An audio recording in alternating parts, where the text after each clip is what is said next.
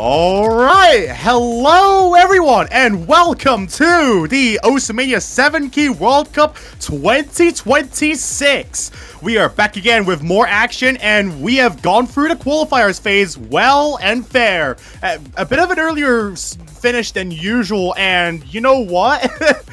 We've got quite a bunch of teams going in for this one. This is one of the biggest iterations of this tournament that we've had thus far, having about 328 players registered alongside 45 countries being sported, and 162 players would have gone through the qualifiers. So we are here to showcase who resulted and where everyone is going to be going and who is everyone going to be facing.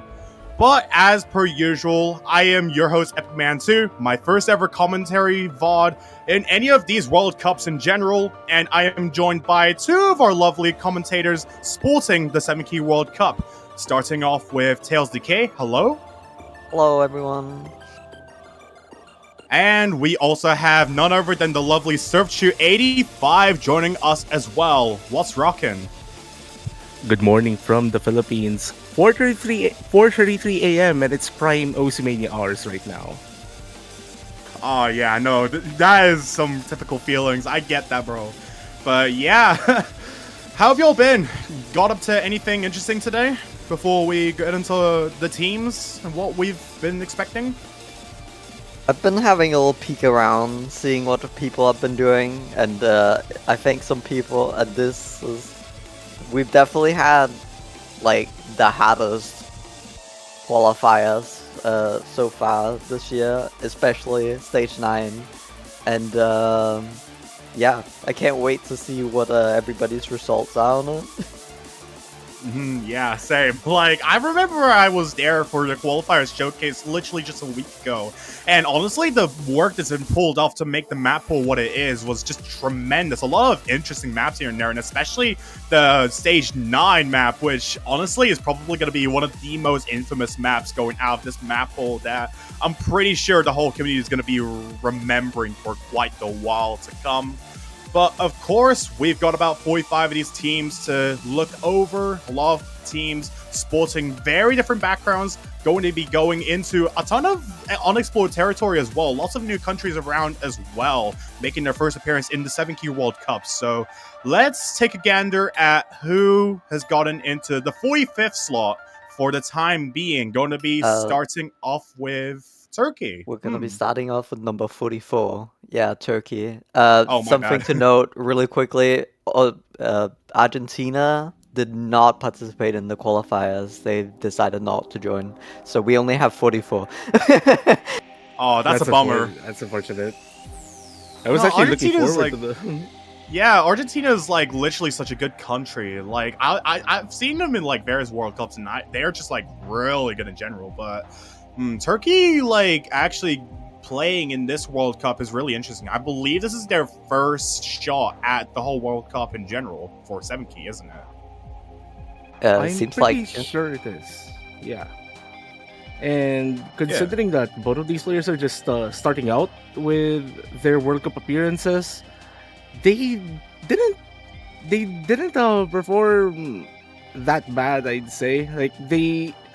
I'd say like they were looking into maybe trying to get into the top 40, but the scores here just unfortunate they were not able to crack at getting above number 40 at some of them. Though it is actually pretty impressive that they got number 43 on 2 of the LN picks, and those 2 LN charts that they actually scored, number 43 aren't exactly the easier LN picks of this pool.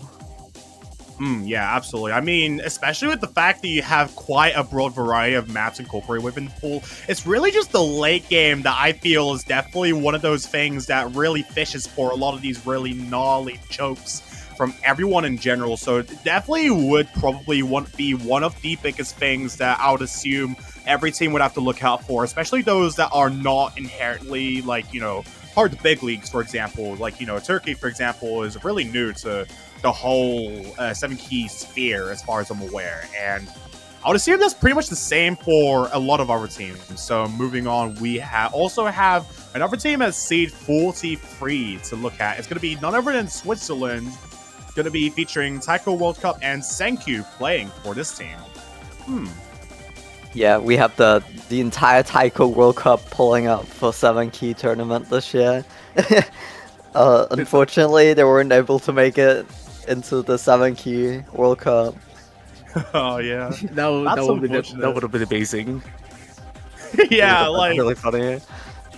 nah, cause like imagine the Taiko World Cup just full on took a full detour from like being hosted during what, the spring term or something, and they just like play in the 7 key World Cup. Like that alone is just like, you know, a statement to be made. But even then, they do have some solid scores on the board overall. Like even if it isn't like on the higher league within scoring on any of the maps, really, like at least the good majority of them are at least above 1 million, with the only outlier being, you know, Hanarashi. But and then that's just Hanarashi. I mean, that map's gonna be like just jarring to like act in general, you know? Like oh, It's dear. a chart that I will say this. A lot of the top teams that you're going to be seeing here. Actually, no, this might be the trend for the entire qualifier result stream. Hana Arashi is going to be like the lowest scoring chart for the entire thing, and you shouldn't be surprised by that.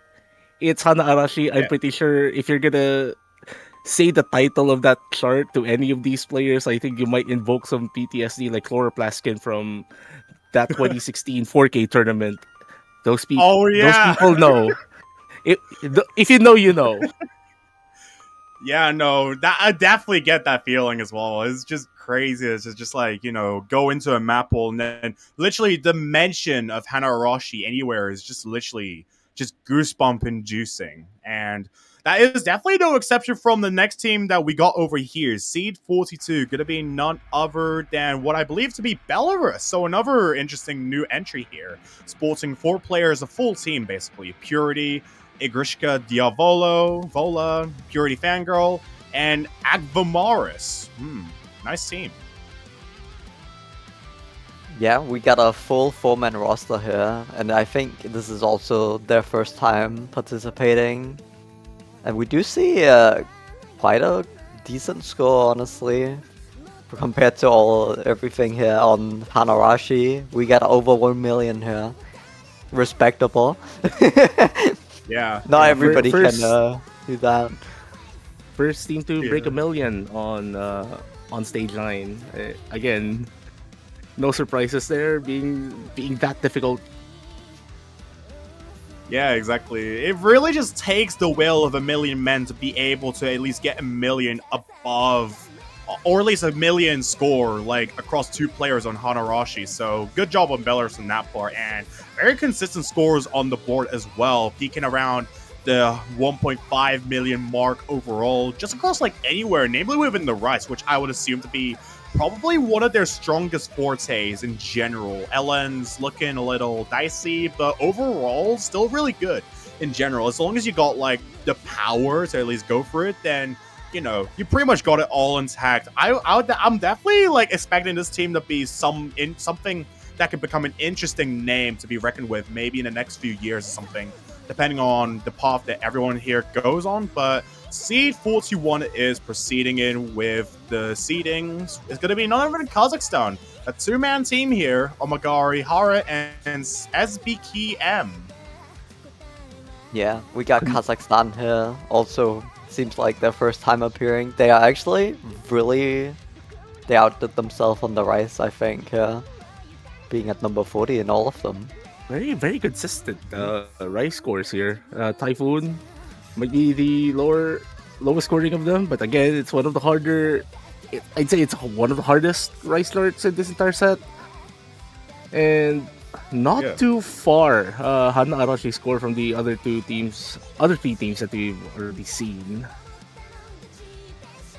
Yeah, exactly. I mean, these are just overall really consistent scores all over the board, so there isn't really much to really add on here, besides the fact that, regardless of which, this team still did really good, especially for being a 2-man team. That's definitely more than enough will to be able to try and contest against, you know, the likes of basically a bunch of other countries, you know, like you got like nearly 50 other countries participating, and you're literally like showing up to the tournament, just doing what you can to try and compete against what you got against the world, and that's just more than enough, really. Like, I definitely feel like Kazakhstan does have the potential as well, just like many other countries. And what I have been saying for Belarus as well, as we move on, we're going to be going into the final 8 countries that didn't qualify. Going to be Pakistan next, Axos, Nico, Frank Why Not, and Furina Lover. Fairly straightforward team, and they did play in last year's qualifiers based on what it says. So they're basically just about 3 seeds under from their previous placement. I'd Yeah, say it might that have- might. Yeah. I was about to say it might have something to do with the increased difficulty of the pool this year. Yeah. I do say that it might as well be because of an increased number of teams as well in this World Cup. So 2 reasons, I'd say. Yeah, no, those are very fair reasons, because of the fact that the whole competition is just at such a high demand that it's just getting increasingly harder to be able to try and keep yourself updated within those people. Like, it's basically when you're in, let's say you're in the capital city of your country, for example. This example probably won't apply to everyone. Like, let's say in my case, I can just sit around in London, for example. It's literally just going to be packed everywhere. So, it's pretty much expected that Pakistan probably didn't get to showcase as much potential that they probably would have been hoping for, but in general, still really consistent scores on the board, especially breaching the 40 seed barrier with Don't You Overload, which is Ellen free, I believe. So yeah. Yeah, the mixed rice or mixed Olympic, yeah. Mm-hmm. But let's see seed number 39. We have Czechia with Chevaki and 144p Ultra HD.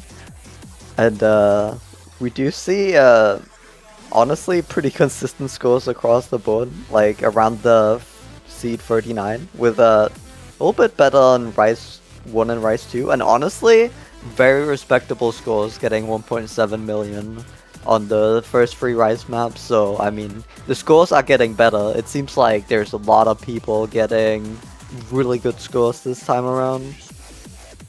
Yeah, I remember seeing Czechia's performances from the last year, and it is a bit of a bummer to see that they've kind of fallen from grace going into this iteration. But regardless of which, they still did a really good job. It's just really just trying to kind of sell their market, as well as they really gotta have to with a tournament like this, where you pretty much have to face the whole world, like I mentioned. So yeah.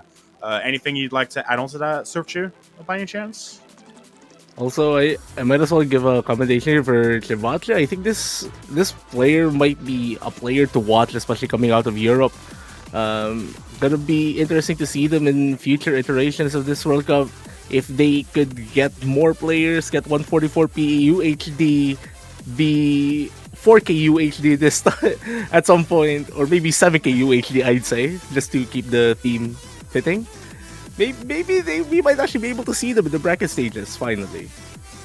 Yeah, hopefully. I mean, we've seen a fair share of some really competent 2-man teams in general within this tournament, so definitely would be interesting to see how they do in the future, and definitely a team to look out for in general as we move on. Seed 38, we've got more countries on the board to look out for. Gonna be Malaysia? What? Oh yeah. Yeah, I think this is a shock. This is the shock that a lot of people might have not seen. This team has no Chiwi, no Neok J. This is a team that is practically on the rebuild. What? And honestly, I am also shocked that they got this low. Mate, what? This is not possible. What? But I mean, their scores are not bad on any of the picks. They have even 1.5 million on Hanarashi. I think the teams this year, there's so many people signing up this time around. And with the loss of the 2 best players who really were the duo team, Like we just have this new team here trying to come in. Unfortunately, does not make it this time. Yeah, I mean, to be fair, you still have some returning players on this team as well. I think it's really just the absence of, veteran players such as Nyokje or Chiwi, for example, that really kind of brought Malaysia into the forefront of the focuses here. But unfortunately, not going to be the time this year, which is honestly really sorrowful to feel. I honestly felt a punch to the gut seeing this team go this low, but hopefully, just hopefully, there is a spark of hope at the end of the tunnel. Like it's gotta happen for like every team, and we see this stuff like happening every year. So Malaysia's not out of the woods just yet. Hopefully, they'll be back for vengeance next year, perhaps, as we go on to seed 37. More teams, and it's gonna be Colombia, a full team here as well. Net, Soifon, Reptilian, and Crow 128. Wow, gotta mention- yeah, this Cheers. Rice force goal here on the court stream, really good in comparison to Man. everything else. I gotta mention as well, like especially for Colombia and the earlier teams, especially for those that are practically doing their debut performance. I did talk to one of the top players in the roster at some point, and he practically said to me he's actually really happy to see a lot of these smaller teams, maybe even bring a full roster into this World Cup, maybe at least for a shot into the top 32. And this is one of the teams that he actually pointed out specifically because of how balanced out this team actually is. Yeah, no, that's a very fair analogy as well. Just going off the fact that Colombia is definitely one of those countries that has been looking to try out for various of the World Cups in general, and I believe this would have been their first time in the 7-key MWC as well, unless I just have dementia or something. But but yeah, seed 36, we can move on, going to the tail end of the teams. Chile is also next to fall as well. What? Yeah, This is so the audition. I'm pretty sure Sebikes did not play this year, even though they are here. It was left to the other two, Dukitan and Ellen Style and Chloe, to try and make it this time. They wanted to play, but unfortunately, not quite enough. They do have some really good Ellen density score there at number 33, but yeah, not quite enough. That's actually unfortunate, I'd say.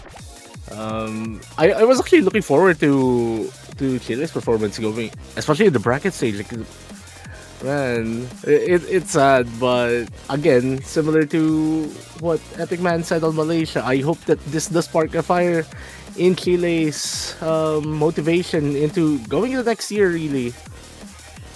Yeah, exactly. Because- I mean, Yeah, oh, sorry. Nah, finish. they're You can they're go. capable. They're capable of getting far, as you can already see from last year's placing. Yeah, I think Chile is definitely one of those countries in general that's just literally one of those living legends of a country within the Mania scene. I mean, we've seen it time and time again within the 4K and the Mania World Cups as well, respectively, where Chile has been knocking everything out of the park, especially with, I believe it was their one match against, I swear they faced what team was it that they faced last year where Muka and a bunch of others got probably one of the most insane Core Jack team scores in general. I mean, this is probably me digressing, but it's just that it just kind of popped in my head, kind of. I remember that match in particular. I just forgot their opponent as well. And not to mention, you've already mentioned that this team is pretty much a very consistent team in Mania World Cups, and I'd even say that for 7K. I mean, they have Chile is actually one of the historically strong 7K countries coming out of Latin America, and this is, I'd say, just an unfortunate circumstance they found themselves in. Yeah, pretty much. All right, next one. Ukraine. Okay. We have Ukraine, unfortunately not making it this time. I know they were really hoping to make it this time with the Seiya, Heavenly Fate, Lazaran, and Borofriend FNF. We do see some pretty solid scores, especially on the LN coordination pick. Happy Cooking there, LN1. Ranked 29, very respectable, but unfortunately falls quite a bit behind on the Rice, I think, here. A little bit of a struggle there on the Rice charts. I'm pretty sure that's practically the reason why they got dragged to just a seed lower their placement last year. Yeah, Man. exactly. Like, they got some really solid scores as well. Like, especially with the Happy Cooking score, as Tails has mentioned as well. Really strong stuff right there, especially with that map just being like full on and literally just throwing a bomb at your nerves, and that's something that I know a lot of teams in general would have like struggled with just because of how release and nerve oriented that one is. So yeah, I was hoping for Brofer and FNF to be able to play in the 7 key MWC tournament, but fortunately this is not the year. But they do have hope for the next year, as much as I've been saying that for all the other teams so far. So moving on, seed 34. The penultimate team that didn't qualify is going to be Finland that didn't qualify this time. Huh. Yeah, we have Yeah, Finland this with is interesting. Mafe, Liana, and Krasa. I thought they would join in this year as well. Unfortunately, barely did make it this time. We see some struggle, especially on the hybrid one here, and the long notes seems like we're not on the radar this time. I'm actually surprised that they had some trouble with Don't You Overload. It's their lowest placing chart over this entire qualifier set. Surprisingly, one of the better performances on Hana Arashi throughout of all the teams that we've seen. So I guess this is just a circumstance of really having a stinker of a run on some of these charts. Very unfortunate, I'd say. Yeah, it's really unfortunate, especially when you come to the fact that they got a really good score over in Typhoon over there, just basically breaching the 1.9 million marker and getting C24 now. I believe that's like one of the first few scores that we've got out of the whole qualifier so far, with all the teams that didn't get to qualify, where it's basically just going past like perhaps the lower seed bracket, and that alone definitely shows that they still have some strength and willpower in it. It's just they just need a little more time, perhaps, to be able to iron out some fine details to be able to punch their ticket into this tournament overall. So, best of luck for Finland for the next year. And moving on, the final team that unfortunately didn't get to qualify is going to be none other than Lithuania, another team that qualified in the previous year. Oh my goodness.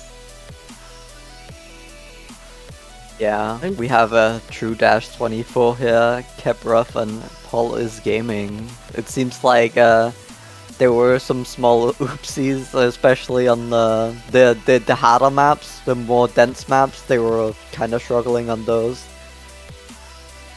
Hanarashi and Shiny Summer Skies, the two charts that are practically the sore fingers sticking out of this qualifier set for Lithuania. They had a really strong run on Echoes. Like, that's number 24. That is a really strong score, I'd say.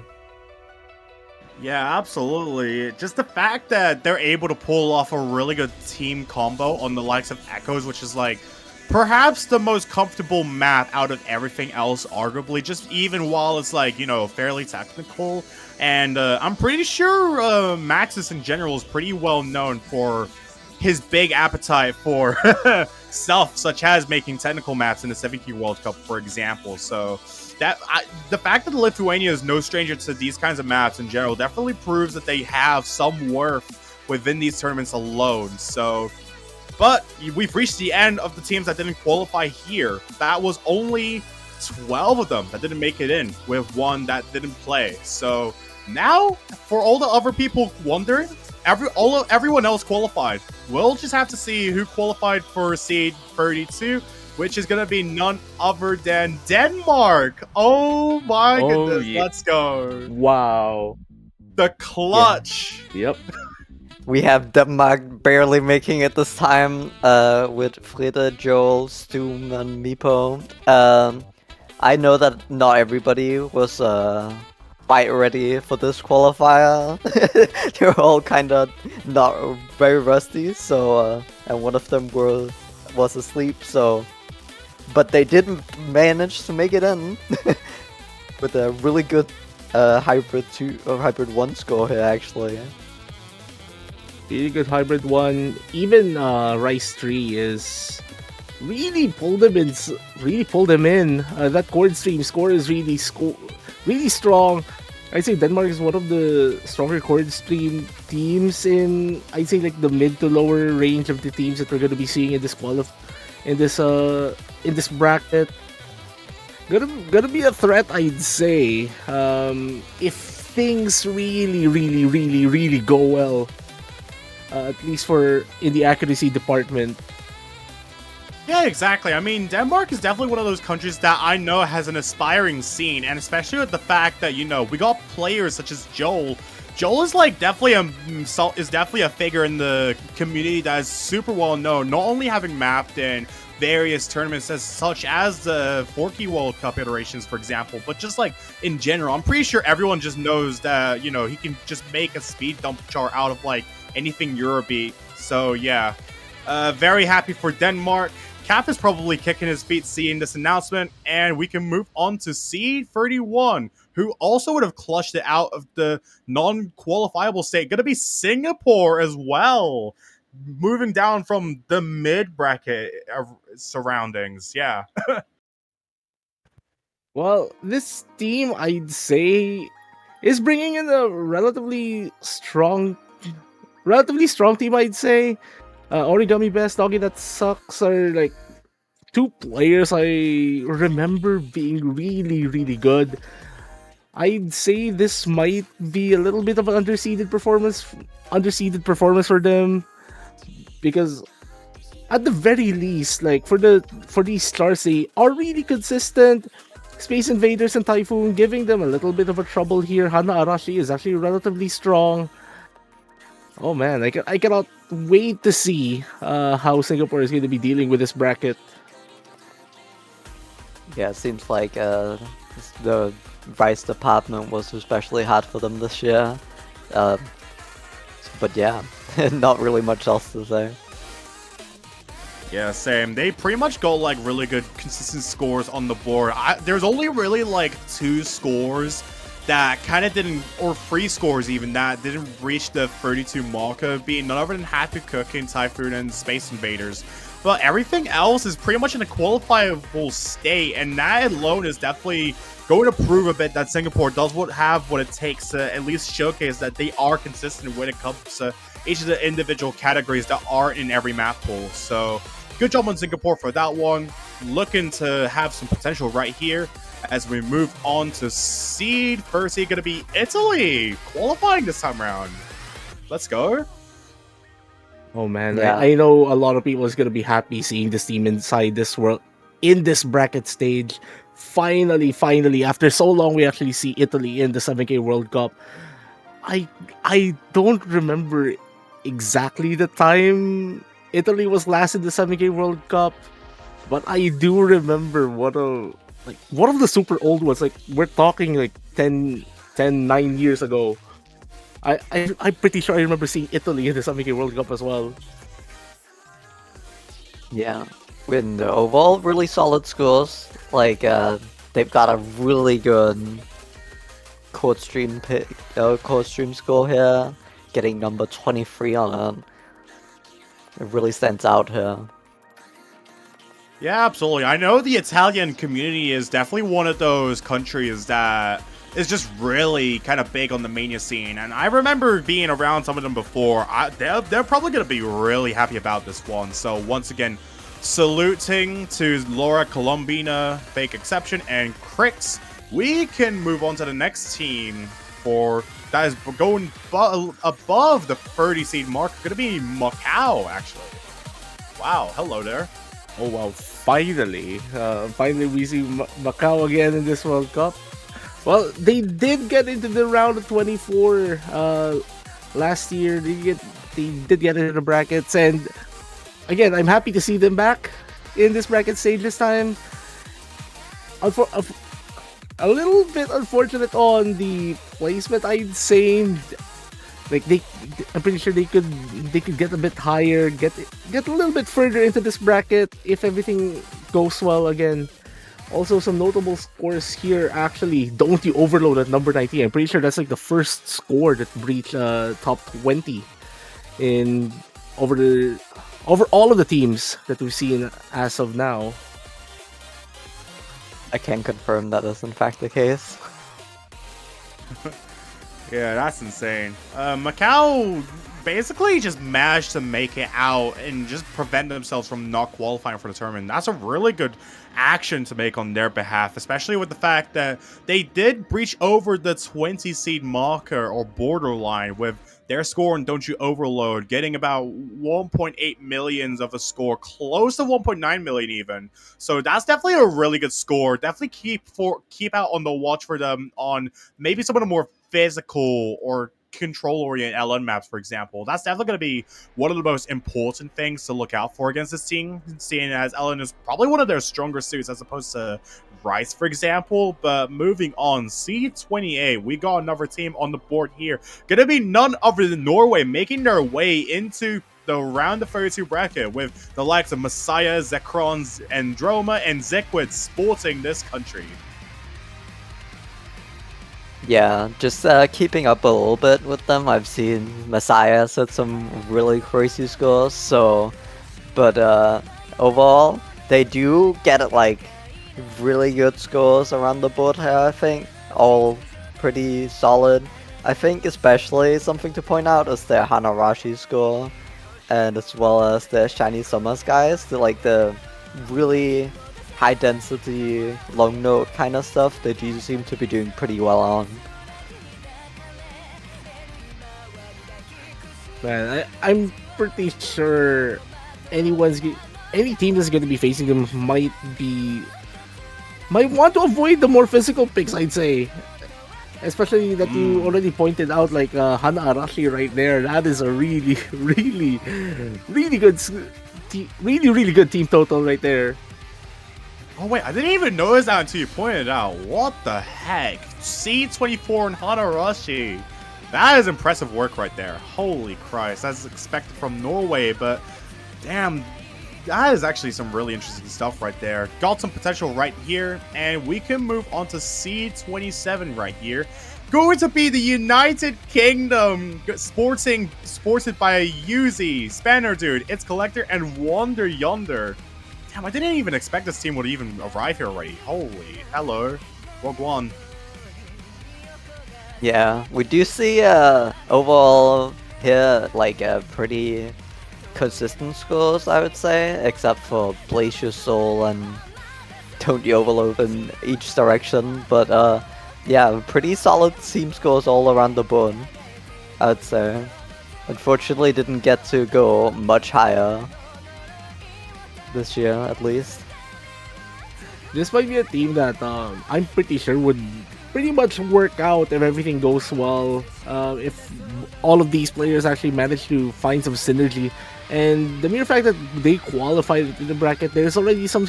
I'm pretty sure they already have some synergy going, but now they're gonna be going to a bracket stage, and I'm pretty sure they know it's gonna be very difficult. And I do hope that their team spirit actually holds on very well, and if they do, they should be able to get as far as they can. Yeah, absolutely. I mean, especially the fact that you have players such as Uzi on the team, for example. I definitely know that, like, as a fellow Englishman as myself, that Uzi is definitely one of the strongest 7 key players that we got over here in the land of the Great British. So yeah, definitely makes sense that they pretty much have some solid scores over on the Ellen department. And I think it's safe to say we can move on to C26, who would have surpassed the UK. Is going to be none other than Brazil, coming back once again from not playing last year, as we got a 4-man roster. Going to be Dark Osu, Silly Fangirl, Ultra Black, and Peppo KK. Welcome. I think I gotta mention, welcome back, Silly Fangirl. Welcome back. Welcome back. Legend. Overall, pretty solid scores. Especially in some of the Rise picks. We see some almost going sub 20 on the seeding here. Yeah, indeed. I mean... Oh, sorry. Continue. Well, I know that this team can do something special. This team just needs to rally behind their best players, I'd say, because I'm pretty sure that if everything goes well, I mean, I've said this many times, if everything goes well for a lot of these teams, they should be able to go far. But something's telling me that Brazil just has some spark in them that, if someone manages to ignite it, oh boy, I cannot wait to see this team actually get into the later stages of this tournament.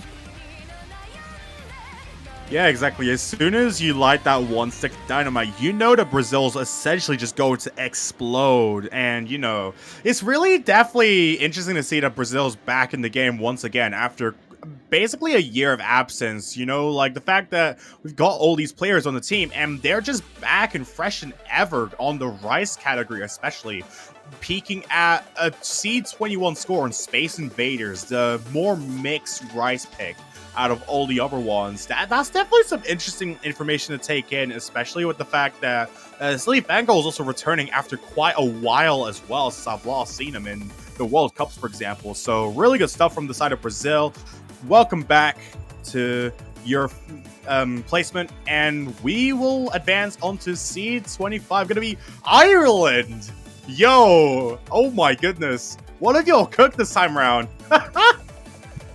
Yeah, we see Ireland for the first time playing in the Mania World Cup, and they do have a new player in quotation marks. We have Vigatron, who's switched flag from the United Kingdom to Ireland this year. So this year they're here and not playing around for sure.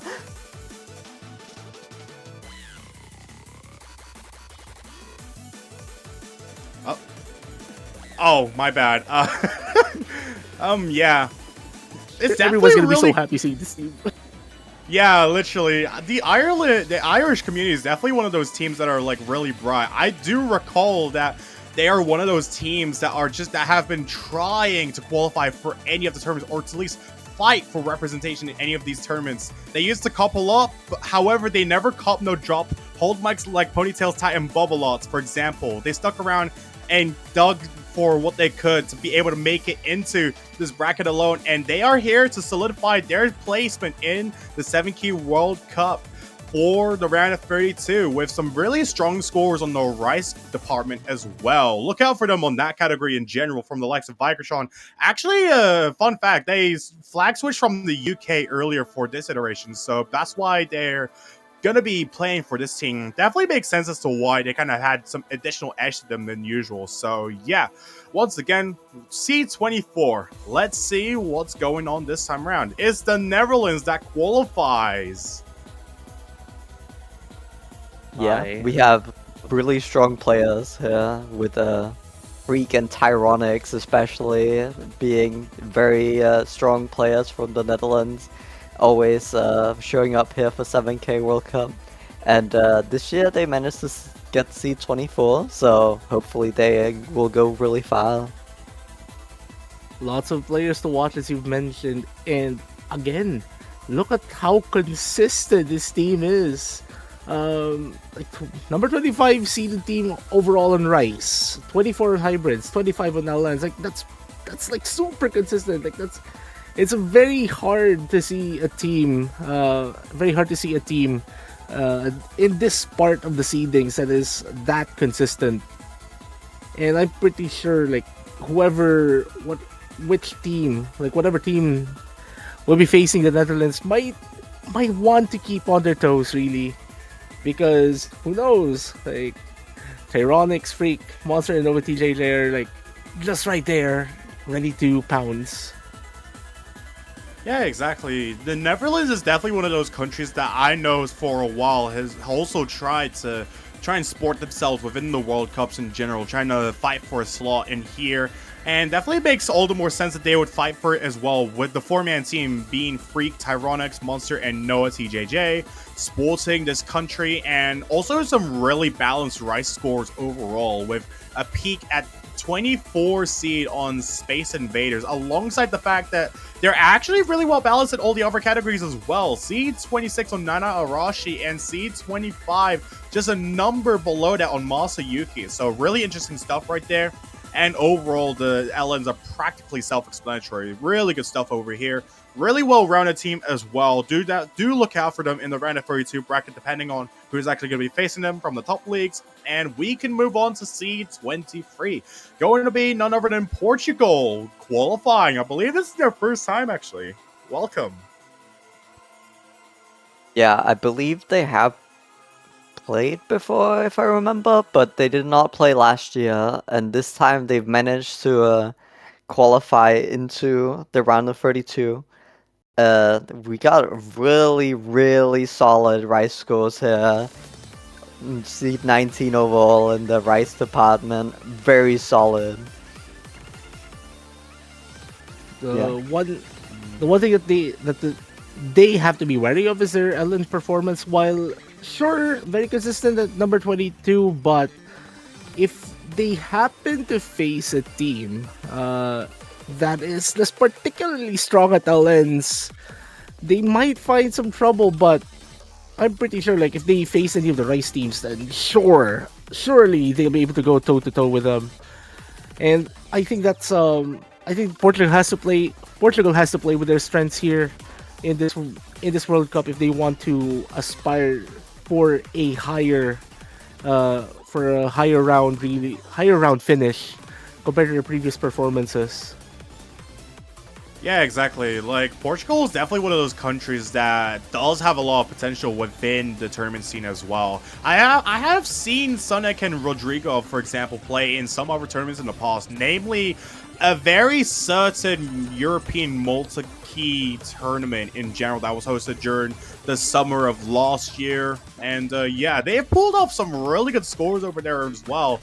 And we can definitely see that on the Rice field as well, where it's just really high consistently, as opposed to all the other ones. But even then, there's a really good score on the hybrids and LNs as well, with the main peak being Echoes at seat 18 and Space Invaders at seat 19. So really good stuff from the side of Portugal. And as a correction, yeah, this isn't their first time playing. Sorry, I was stupid. They played in 2024 and also got into the group stage back in 2014. So kind of has some deep roots within the World Cups here in the 7-key department. But we can move on to seed 22 to keep the flow going. Going to be none other than Vietnam coming into this tournament with a bit of a bang. Going to be seeing LiveCat, Money, Hitori, and Coke sporting that of the Vietnamese. Historically, one of the stronger LN teams in Southeast Asian Mania 7K. They are going into this World Cup, I'd say, as they're going into this World Cup as one of the more disadvantaged Southeast Asian teams. But again, as I said, they're historically a noodle team. They are going to be a threat in the noodles to whoever their opponent is going to be in the round of 32, maybe even in the round of 16, wherever they end up in the upper or the lower bracket. So yeah, We see also a really solid speed score actually on Rice 2. Out of all of the Rice picks, that one really stands out to me here, being very solid. So you can't be too comfortable with the Rice picks either.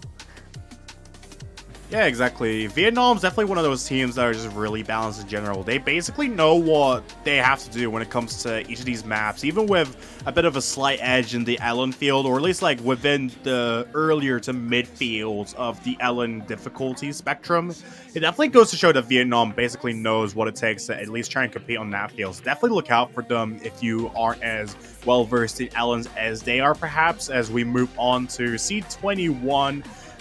Gonna be another in Taiwan qualifying here as well. 4-man team this time around with Hero Jeff, Eggtot, Velos, and Triple V Double X. Please, no one say anything about Hero Jeff's rank, please. I swear. Man. Well, what about the Ectats? Oh, Yeah.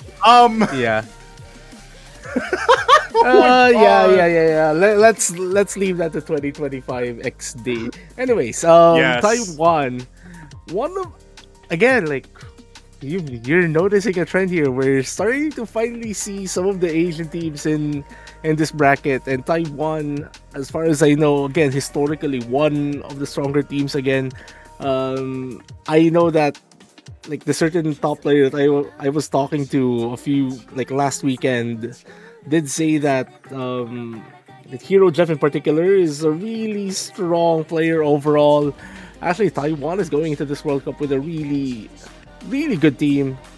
It's just a matter of making sure that they actually get through. Maybe get an upset, or maybe if they do drop to the lower bracket, maybe get a win or two there. But who knows really what's up in store up in store here for Taiwan. Yeah, we see. They're really sharpshooting on a couple picks. Like that's crazy. Getting ranked 15 and 16 respectively on those two. Blended scores. Great work, Taiwan. Give yourself a pat on the back. Especially that Seed 19 score in Typhoon as well. That basically adds on to the fact that they basically know their ebb and flows around some of the more control-oriented maps, I'd say. I mean, it kind of like differentiates depending on which round we're really talking about here, but as long as they're pretty much all balanced, then they pretty much got what it takes to compete against the likes of multiple other teams that are going to be in that same bracket, more or less. So, reaching the contaminant of the 20s, we go on to C20. It's going to be New Zealand actually going to take a bit of a drop from their former glory. Going to be supported by... Oh, these are some funny names. Robeats, Du Farts, Joki, and Koyu. Hello. This is a really funny score set here, I'd say. Wait, am I seeing this correctly? Both 21 on release and on Happy Cooking and some Shiny Summer Skies. But number 15 on Don't You Overload. I guess this is one of those Ellen teams that is really leaning more towards what I say like the super denser physical LNs. So that's one thing you have to keep note if you're facing this team. And then look at that Rice. Look at that Rice average. Echoes, like this is a really technically talented team. And then of course you gotta look at that hybrid. Oh, this is a really scary team. Yeah, I think this is a scary team for the opponent, especially like being able to get like good scores in each category just means that you don't know really what to ban against them. Yeah, exactly. Especially the fact that they've got some really balanced scores on the board. It's just really like one of those teams that makes you question, like, how exactly is this only a team that's at C20 when they were basically at the midpoint of the seedings last year? Surely this year they've got to be exploding with pride if they go into a single match doing some hawkers and stuff, but, you know, hopefully we can save that stuff for later. So yeah, Seed 19, keeping the flow going, gonna be none other than what is this team right here? Mexico, hello. Buenos dias. Kind of a surprise. We got Astra, Dexito, Copy, and Nana 3000. really strong team this year they showed up with, honestly. If we see the first 1.8 million score on Hanarashi here, actually. And oh my god, the Space Invader score, rank 11. It's crazy. Yeah. I was about to point out, like, I feel like this is the total opposite of what we see with the New Zealand team scores right here. Like, this man. They also maybe the thing that everyone might be looking into as well, especially where Mexico's opponent here is looking into their echo score. You might be targeting their you might be targeting technical charts against them, but let's see, because I feel like Mexico could have scored better on echoes. They might have just gotten a run that isn't exactly the most ideal, I'd say. Yeah, that is definitely a really good question to really ask, and that's definitely something that I feel the Mexicans here could potentially just like ask themselves going throughout the tournament, because of the fact that they've got to strategize a lot of their material going into, some of the rounds in general. They are really strong on the Ellen and hybrid front, which definitely proves that they have the worth. It's really just about perhaps the Rice ability that really makes a difference. Even then, they peak at seed 11 on Space Invaders. That's definitely one of the strongest seedings on a single map that I've seen so far. I mean, I don't know about you two. I'm probably just blind, but yeah. It is. That is a really good score. I mean, I'm pretty sure. Like what? Rice 3 and Rice 4 are more chord steam oriented charts, right? Tails, if I'm not mistaken. Yeah. Rice Yeah. 3 is the mixed rice Yeah. pick, and then Rice 4 is the code stream one, yeah. Oh, okay. Okay, yeah. Now I'm surprised because at least like if you're an Ellen team, you're at least expected to be scoring much higher on the chord stream heavy pick instead. But now seeing like they have a really good mixed rice score here, like that's really strong. Really strong ranking here compared to the other teams. Man, I really just feel like Rice 1 and Rice 2 might be just bogey scores here for Team Mexico at this point. Like if they could score that high, on mixed rice, who knows really? Yeah, that's definitely something that can serve as a testament to most other teams, that they gotta be careful going into perhaps maybe like round of 16 or quarterfinals going against Mexico, where they definitely have some light to shine into their eyes over in that point. So moving on, seed 18, you got more teams to showcase here. It's going to be Sweden over on here. Krate, Erase Self, Venyas, and Increment going to be sporting the Swedish for this one. Yeah, I know, especially even yes, really strong player coming out this year. As I don't remember if they were on the team last year, but they are really pulling up this time, and they've really got some strong hybrids. You gotta watch out for the hybrids. Yeah. We see Ooh. top 10 here for the hybrid one. Actually, very leaning more towards the noodle side of the pool here with the hybrids and the LNs. Maybe something for the teams to note here. Look into picking Rice against Sweden, considering Blazer Soul and Space Invaders here.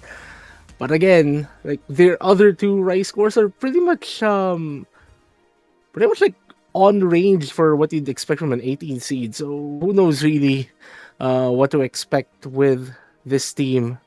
Also, I'm pretty sure I remember that this team has a particularly close, not a particularly close, but like a particularly common matchup in the 7K World Cup. Let's see who ends up being at seed 15 in this case.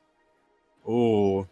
Yeah, Sweden's definitely one of those teams that's just like really versatile, especially with the fact they basically know their craft on the hybrids. C10 on Masayuki is definitely nothing to scoff at, and they also have some really good seedings on all the other maps in question. Seed 14 shared across Shiny Sun, Summer Skies, and Don't You Overload. Seed 17 on Echoes, and a Seed 16 on Typhoon. What more could you ask for here? Let's see what Seed 17's got in store. Gonna be the last of the first half of the qualifying teams. It's going to be none other than what we know as the team itself, going to be Canada. Oh, hello. Ooh, okay. This is a really strong team, by the way. Really strong Rice team. Look at that. Number 9 on Echoes, number 9 on Space Invaders, number 8 on Typhoon. A little bit unfortunate on Blazing Soul, but again, that's a really strong performance on the Rice pools. Maybe they have to be super careful though with their hybrids and the Alliance, I'd say. Do not pick Rice against Canada. Oh, that's literally just asking for a death sentence right there. Oh my god. Oh dear. Yeah, those are some really good raw scores on Rice. 972k on across 2 players. That's scary. You do not want to be picking any Rice pick, honestly. Yeah. Yeah. Now that you've mentioned, actually, now for the newer viewers of the 7K World Cup, or maybe the Mania World Cup as a whole, both 4K and 7K, we are starting to get to that stage where you're going to be seeing countries really specialize now into some of these chart categories here. And this one in particular is what we call a Rice team, a team that really thrives on charts that do not have any semblance of holds or releases at all. And you're going to really see that. You're going to be seeing noodle teams as well, like the hybrids and the LNs later on into this stream, and you're going to be seeing that pattern as we move forward. Exactly. Well done on pointing that out and touching up on that topic right there, Surf Choose. So yeah, especially with the Canadian team right there, their mindset isn't really as different to a hockey player where they basically need to go into a match with unwavering determination. And we can see right here that their opponent is literally on the surface right here as well, on the opposite side of the field. Seed 16 is none other than France. Oh my goodness. Bonjour. Okay. Now we have a historically strong European team in France. And now they're bringing a really consistent... This is a really consistent performance for a Seed 16. Like, I do not remember a 7K World Cup team that seeded around this part. That's just this consistent. Like, oh my gosh. Maybe Masayuki and Blazer Soul, but that's like, what? That's like nitpicking at this point. I mean, something to point out is that they are quite a bit better than what we saw just before than Canada on the Elon pick, so we're gonna have a really close match here between seed 16 and 17. It's gonna be very exciting. You thought it's gonna be poutine versus baguette. It's gonna be rice versus noodles. Literally. I think at this point, Canada's just gonna have to just throw some sort of like maple syrup at the France while they just like use their baguettes as like a Minecraft sword or something. So yeah.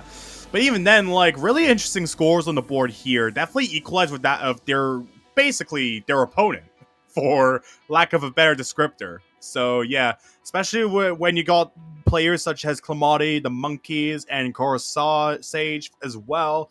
You're basically going no wrong with this team in general. So moving on, seed 15.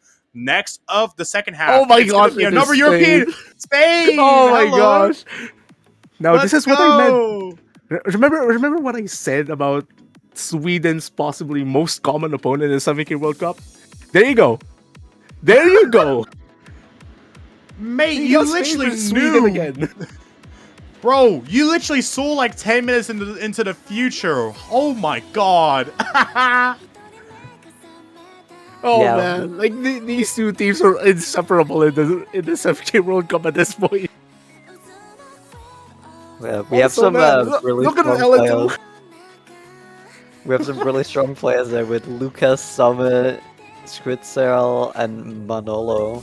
And especially Lucas is one to watch out for here. Oh my god, this LN2 score. But I mean, their other LN picks not so strong, but like the hybrids and Rice picks are pretty strong as well. So it's just gonna be really exciting to see this match against Sweden. Yeah, exactly. Spain, as usual, just going up against one of their most seasoned opponents in any, like, 7-key World Cup iteration. It's just funny with the fact that they basically still got the dog in them, especially with peaking at seed 9 on shiny summer skies of all maps. That's literally just like LN density, but with cold streams. Like, how on earth are you even meant to act that, like, really well? It's just confuzzling to me.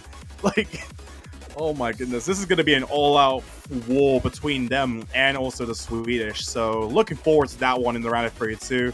And we can move on to seed 14 as we draw closer to the top 10. Going to be none other than another team, Germany. Yet another European for the representatives.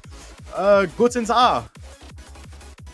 Oh my gosh, that Space Invaders score. They have Takia Whiskers, Erafeon, Amit Magi 999, and Black Who 1. Again, Germany is one of those historically strong European teams. And oh my gosh, like unfortunately they kind of struggle with Echoes actually, the technical pick, but they have a really strong mixed rice score. They have a very nice scores overall for the rest of the rice charts. Ellen's on the other very consistent. Like this team might be a little bit unpredictable if you're their opponent. Yeah, I know that especially Sukiya Whiskers, you can see them on almost any leaderboard. They're really solid, especially sharpshooting accuracy, so they're gonna be really scary in the early rounds, I think, especially.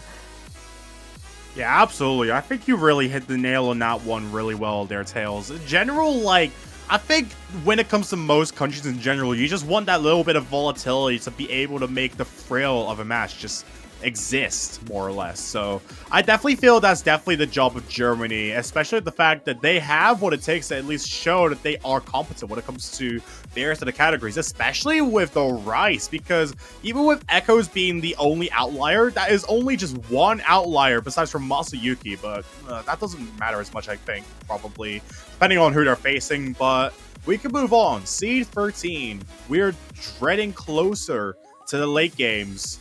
Russian Federation, just barely cutting it short from their previous year's placement. Yeah, we have a really strong team here in Meiju, X-Devil, Timbuka, Carriers. I think this is a really scary team to be going against because they're just got a really solid roster all around. You can see that because they're especially strong on the hybrid maps, I think, here. So there's just not much you can like really pick against them. There may be a little bit of a struggle on some of the really LN more oriented picks like LN coordination and LN mixed, but really solid scores overall, I think. I remember Russia being historically a rice team for the most part. For the most part, excuse me.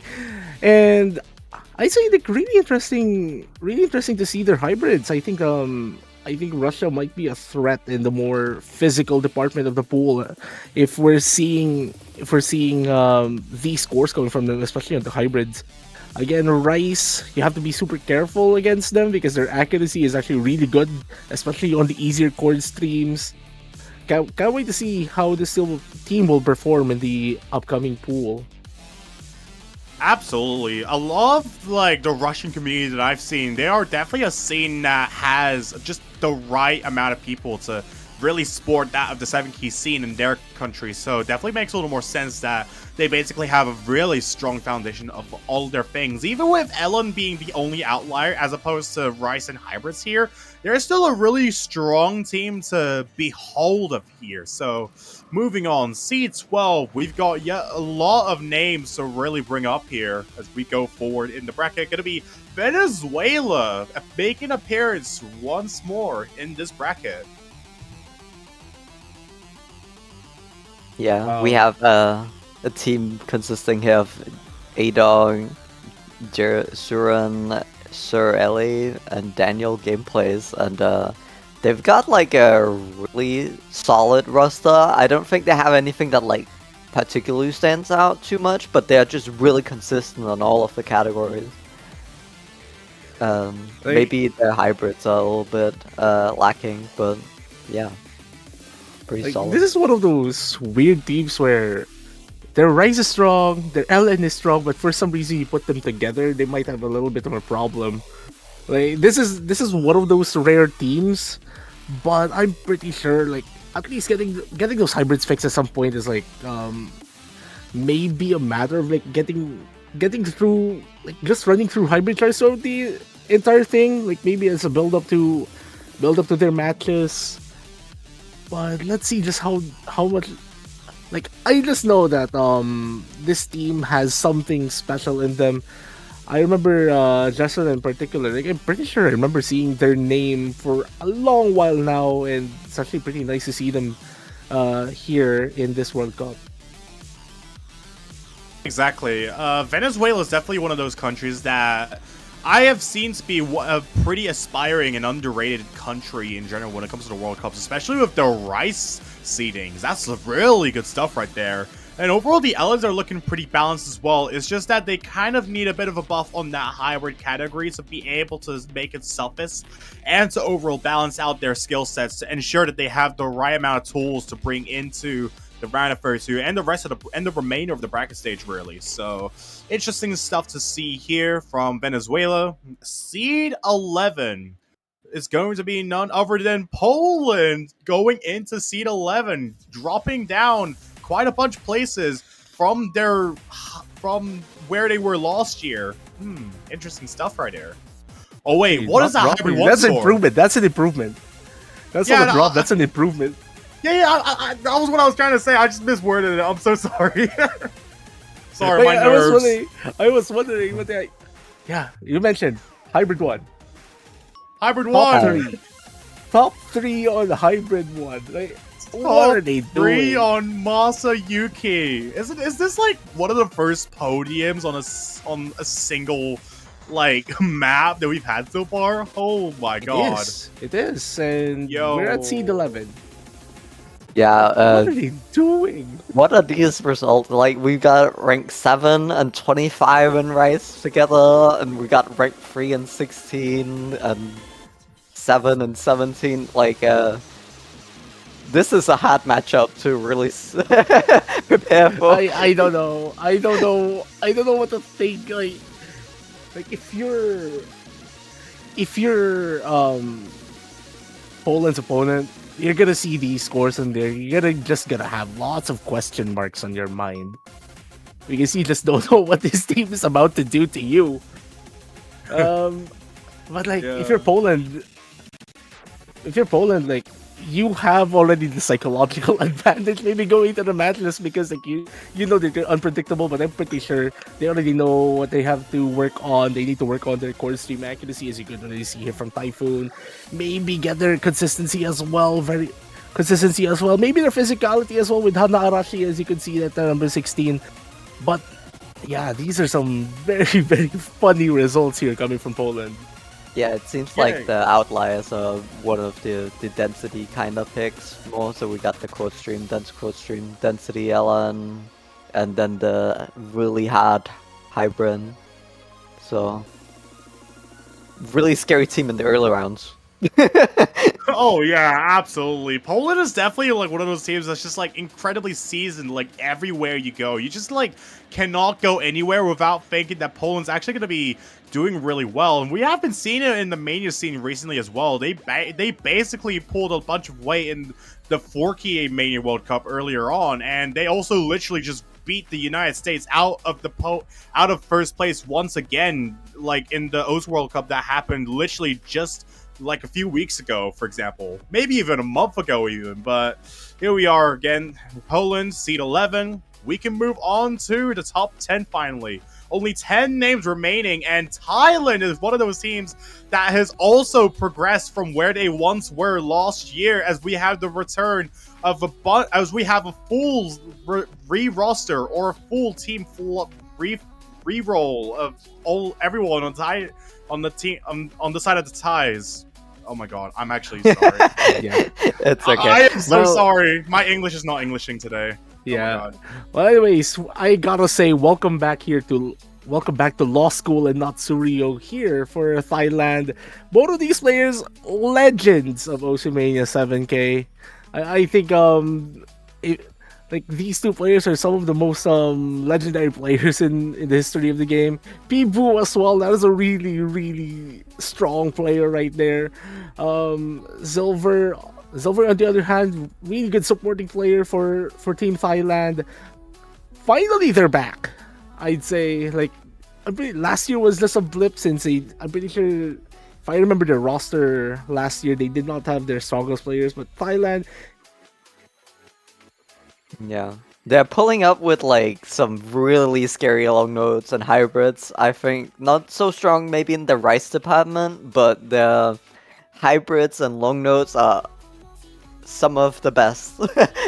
Especially with Lost Yeah. Cool being one of the just best O2 Gem players, I'm pretty sure. So this is a really scary roster to go against.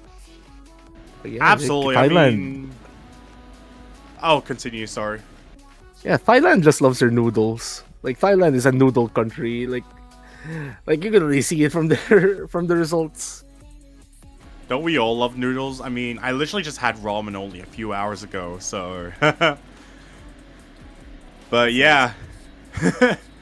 So yeah, strong team right over here. Thailand makes a resurgence in the top 10 once more with the return of various names and the introduction of Silver X15 as well into the fray as well, looking to dominate the LN scheme of anyone. So definitely look out for those picks if you aren't too careful. Hanarashi's score is also looking incredibly good.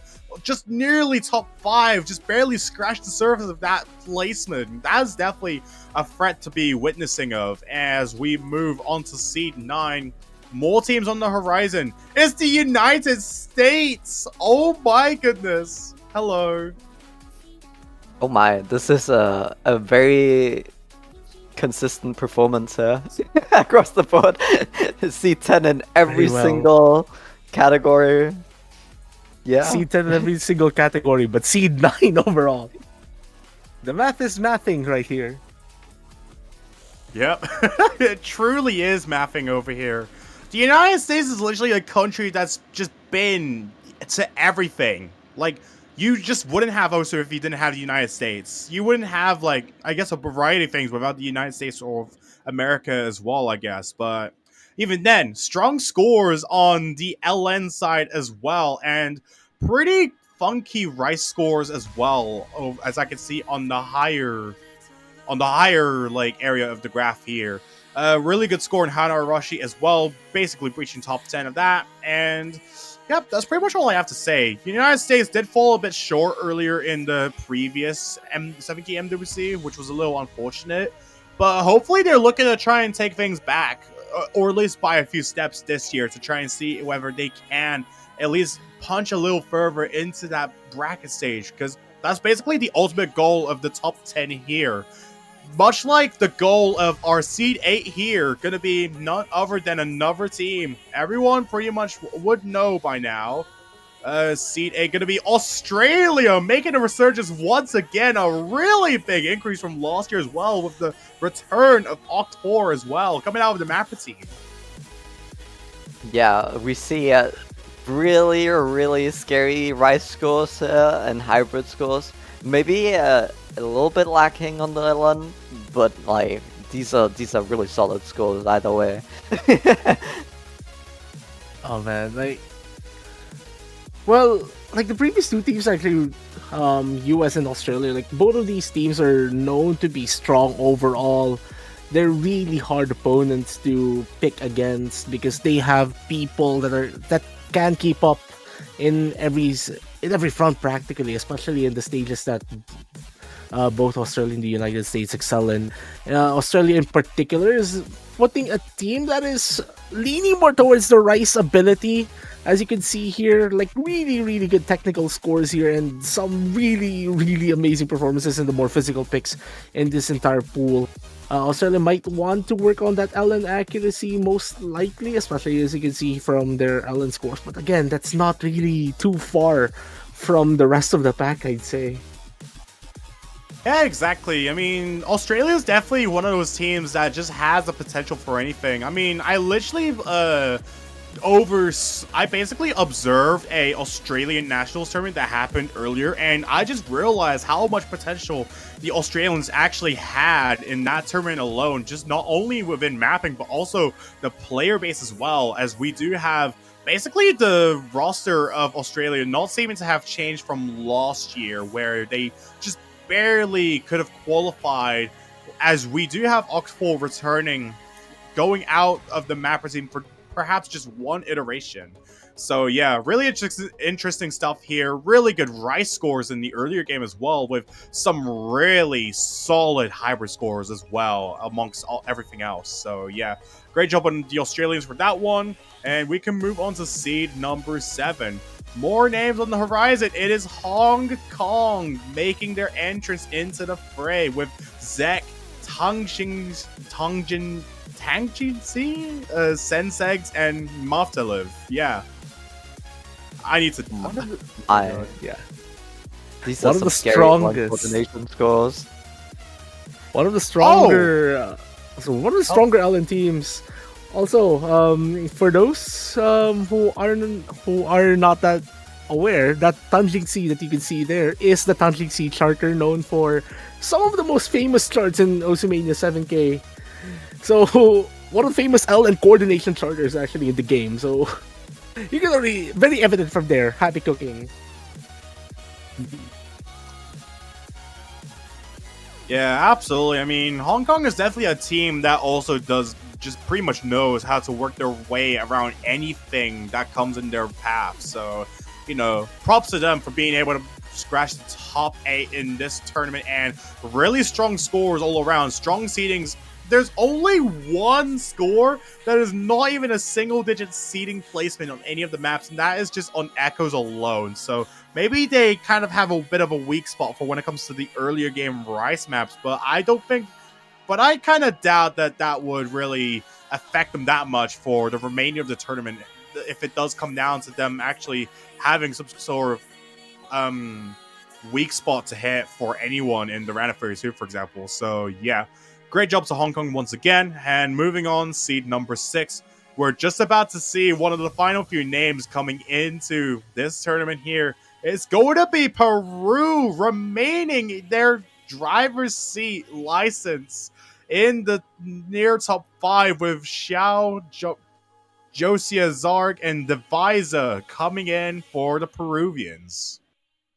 Yeah. This is our, as far as I know, the highest seeded South American team this World Cup. And you can see why. Really strong Rice team, really strong LN team. That hybrid can just be worked on, I'd say, similar to what we saw with Venezuela a few minutes earlier. Yeah, I think they came out of last year out of nowhere. Nobody really expected them last year, and they're back this year. This time a little bit more expected, but I think they're just really scary, especially Shio has some crazy accuracy scores. Really, really scary. So I would be very afraid against them in the early rounds, especially. Yeah, that's a very big concern for the likes of other teams, just because of the fact that Peru is definitely a team that's been striking back time after time to ensure that they have some worth to prove. They definitely have that within themselves, within the Rice and LN category, so definitely a really good job on that part specifically. Hybrids are a bit of a question, similar to some other teams in the tournament from earlier, but even then, still really good. This is also like one of the first few times where they actually managed to make it into the tournament, besides from the 2024 iteration. So great job in Peru. Hoping to keep this up for perhaps the rest of this tournament stage. So once again, top 5 is literally across the corner. Let's see who exactly made it. We have the Japanese, the land of the rising sun, who's starting off this top 5 with Suzuha, Rain Lily, Botanic, and Misa sporting the Japanese here. This is actually a little bit surprising. We do have a little bit of a struggle, honestly, on Blaze Your Soul. Historically, a really strong Rice team, one of the best Rice teams with Botanic and Rain Lily, and now also Susuha. Uh, yeah, a little bit surprising about that Rice score, but really strong scores otherwise, I think. Yeah, really strong scores on Echoes in particular. Space Invaders and Typhoon. Blazer Soul is really surprising because I'm pretty sure like that card is well within their skill set, I'd say. Alan's not really much of a surprise, though I am aware that that all of these players from Japan are very capable of playing LNs, even those players who are playing with 2DX layout. Um, yes, there are players in the Japanese scene that they play with 2DX layout and play LNs with them. So really, this team is a spectacle. Like this team is a really fun team to watch, and you're gonna be amazed to see this team really in this World Cup. Yeah, even that goes without saying. Japan has always been one of those really seasoned teams that goes not only just into the mania scene, but just about anywhere. Like, you know, Taiko, the standard game mode, catch as well. You couldn't really ask for more from the Japanese in general. They just keep on delivering time after time again, and they're ready to try and prove their worth once again in this iteration of the 7Q World Cup, where they've always been recognized to at least be a top playing team, especially ever since 2022 when we did have the resurgence of these 7Q World Cups in general. So great job with Japan for making it this far. Let's see who is seed number 4. Another team. It's going to be Indonesia, supported by Ravko, onto Bekasi, and Azriel right here. These are some incredible seedings right there. Oh my goodness. This is a set of scores that are like very ironclad, really. One of the strongest speed scores here, strongest mixed race scores, getting top 3 on both. LNs are a little bit concerning, but again, like that is still a really strong team score overall. Indonesia is a really scary team to face, and I'm pretty sure this is Indonesia's strongest team composition in years, I'd say. And that's already saying something considering their placements over the past few World Cups. Yeah, this is a really consistent team. Like I was scared to face these in like any round. I think even late game they're really just like really strong, especially on the rise as you said. But like yeah, we'll just have to see how it goes this year. Yeah, absolutely. Really strong schools here from the Indonesians, and definitely goes to show that they have what it takes, looking to try and see if they can at least chase some of the highest placements possible within this tournament alone. That's definitely the ambition that I would assume majority of the teams should have been setting up for by now. Even if it seems kind of bleak at points, but for Indonesia, this is looking to be pretty promising. And for now, the podium of the seedings here is all Asian, spoiler alert, as we go into seed number 3. Gonna be China making it into seed number 3. Just one integer under their last year's placing, being supported by none other than Van Wilder, Satori, and King Jiting? Yeah. Let's go. Yeah. The 2016 Oceania 7K World Cup champions. And yes, one of the players from that World Championship team is in this roster with Van Wilder right there. This team is a really strong noodle team, a really formidable rice team, a really formidable hybrid team. Oh my gosh, like this is a team that has, like if you could call a team well-rounded, this is a really good example of them. Yeah, something to note that especially scary with China is that they have a really high ceiling. So like on the grand finals, they usually also do really well in that pool. So they might not be like the strongest in the accuracy department, but they are just really physicality. They have really strong physicality for like the really hard maps in the pool. We see that with Hanarashi being at seed 3 with a really high score, honestly.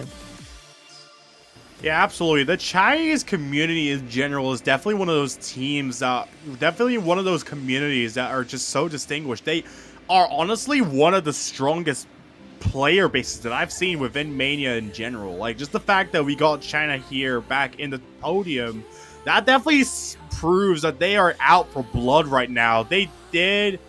I wonder, okay, so doing just a little teensy bit of research, they ended up placing second in last year's iteration of the 7K World Cup, just falling short to that of South Korea, who's literally, well, one of the champions of 7K World Cup each year. So yeah, China making it to number 4. They're looking to try and challenge that of the top of the high leagues within this tournament alone, as we only have 2 more teams to look over for the time being. I'm pretty sure it's pretty much well known between what teams are pretty much been anticipated this whole time as we go into seed number 2. It is going to be none other than what I believe to be the Philippines. Let's go.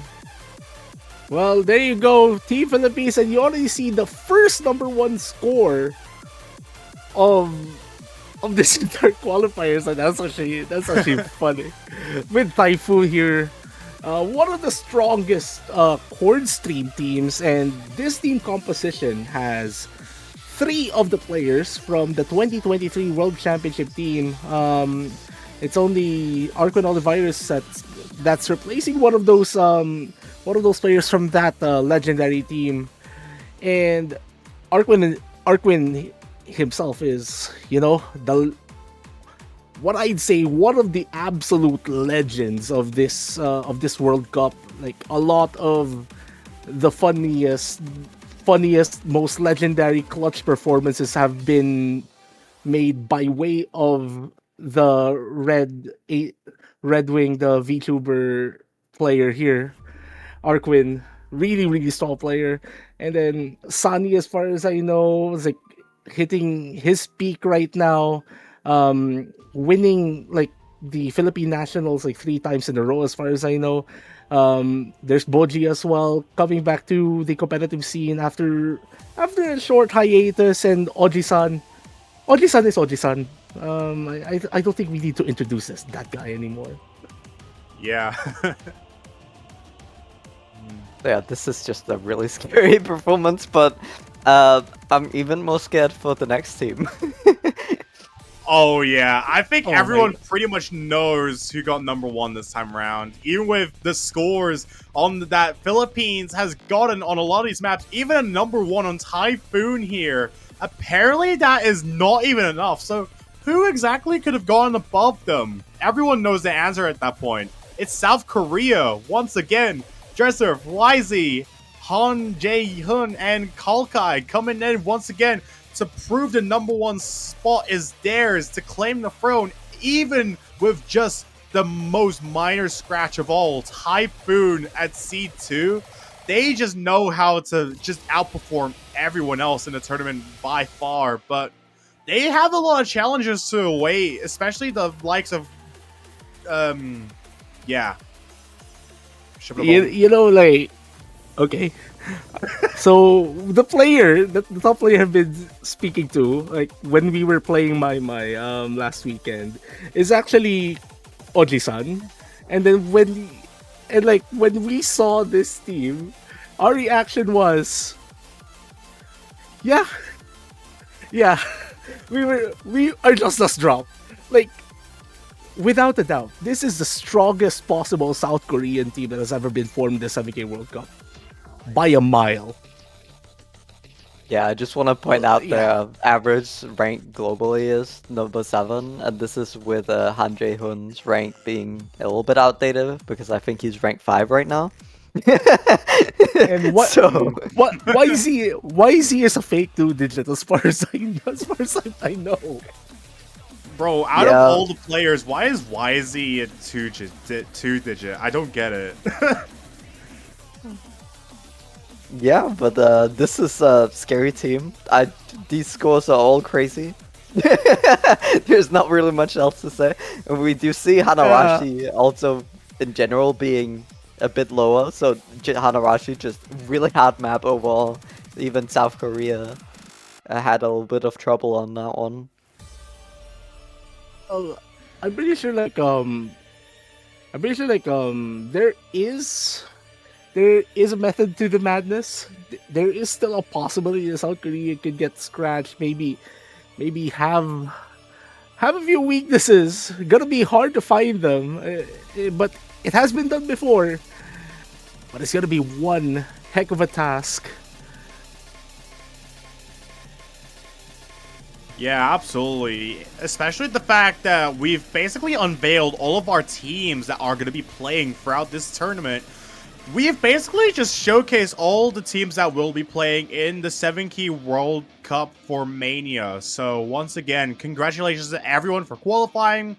Your job is not done yet. We need to keep you for another few weeks to just try and fight your way into the best placement that you can to represent that of your country, because boy, have you spent the effort already to try and play for something like Hanarashi already. Like, you cannot, like, just go home right after just playing Hanarashi, as much as, you know, I'm pretty sure everyone would love to do that in general. So, yeah.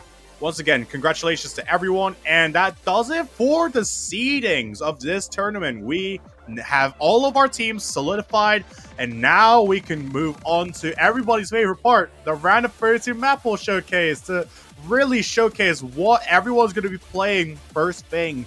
This is the one bracket that we all usually have every time a tournament starts within the World Cups.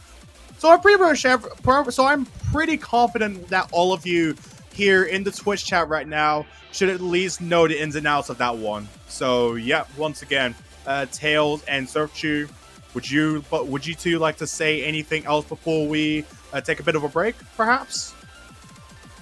You go for sales. Yeah, it's really exciting seeding, honestly. We've got a lot of teams this year. Excited to see how it all play out, but we will see the map pool very soon. Yeah, it's just a small break. And we will also be saying goodbye, I think, here to Epic Man, who will be replaced. Yeah. Epic Man really doing an epic job of keeping the energy up here because we have like a really long task ahead of us as well for this stream.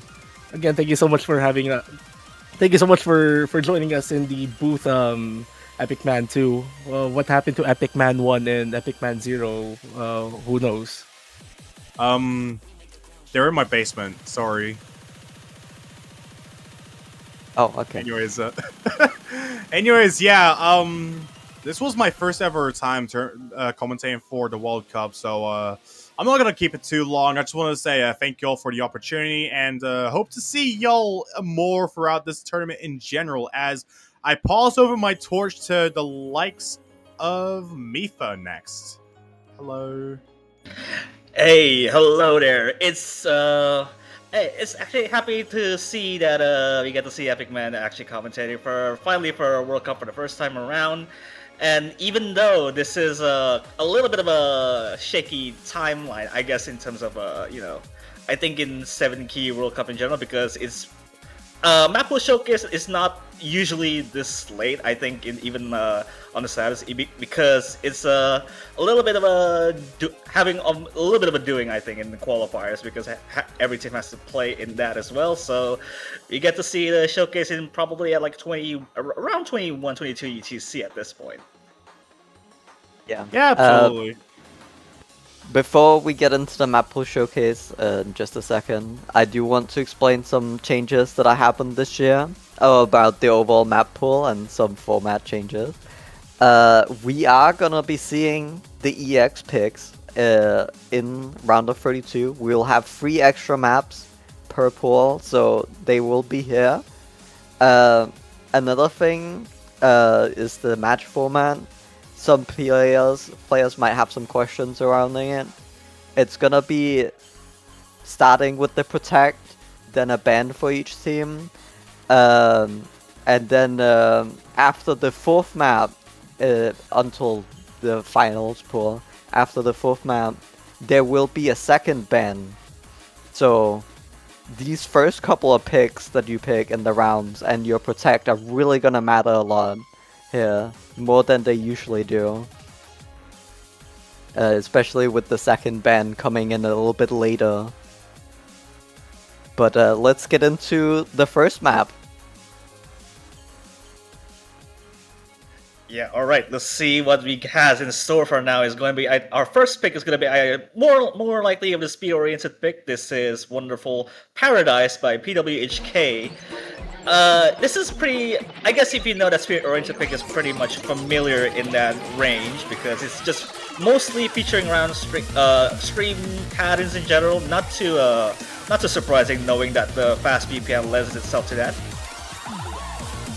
Yeah, it's a little bit more tricky than the usual straightforward speed pick, but yeah, I think this is a really fun speed pick for this round. You're gonna have a bunch of different snaps throughout, and it's just gonna be a really fun map to practice. It's got a lot of variety. One thing I'd mention is like this chart goes into like the more bursty kind of speed, so I know there are some players that do end up tripping up on some of these burstier charts, like not being able to start the burst as accurate as they could, or maybe end them, or maybe just miss an entire note that they forgot to read. So that's maybe something that the players have to be careful with.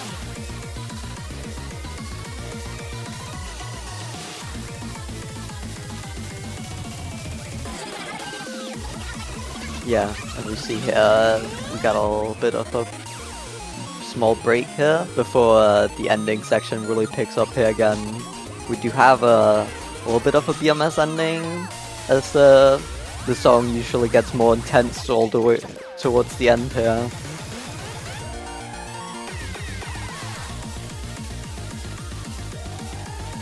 So yeah. Yeah, it does get pretty continuous with the streams here at the very end. And not to mention, like, it does start to transition into, like, just a little bit of just a fast score scene, I'd say. It does look like a fast score scene, but it actually isn't. It's more of, like, just a really super fast stream. Remember, this is, like, 222 BPM, so it is definitely a speed pick. And then now, it's about time for us to move to, well, a slower song this time around. We have Cygnus Bloody Mary, a chart by Kurisu Makise. And this is our dense chord stream pick, analogous to Rise 4 from the Qualifier set. But again, like since this is a round of 32, this is significantly easier compared to our previous round. It doesn't mean though that this is easy to get through though.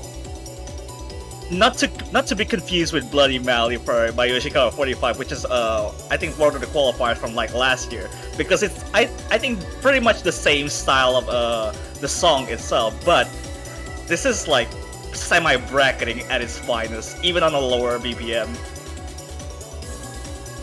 Yeah, this one is like really non-stop, honestly, so it's like a little bit of a stamina pick in that regard. Like, you don't really get much of a break, it just kind of keeps going, and we do see, yeah, as you said, so many brackets, they just keep coming in here for this dense chord stream pick.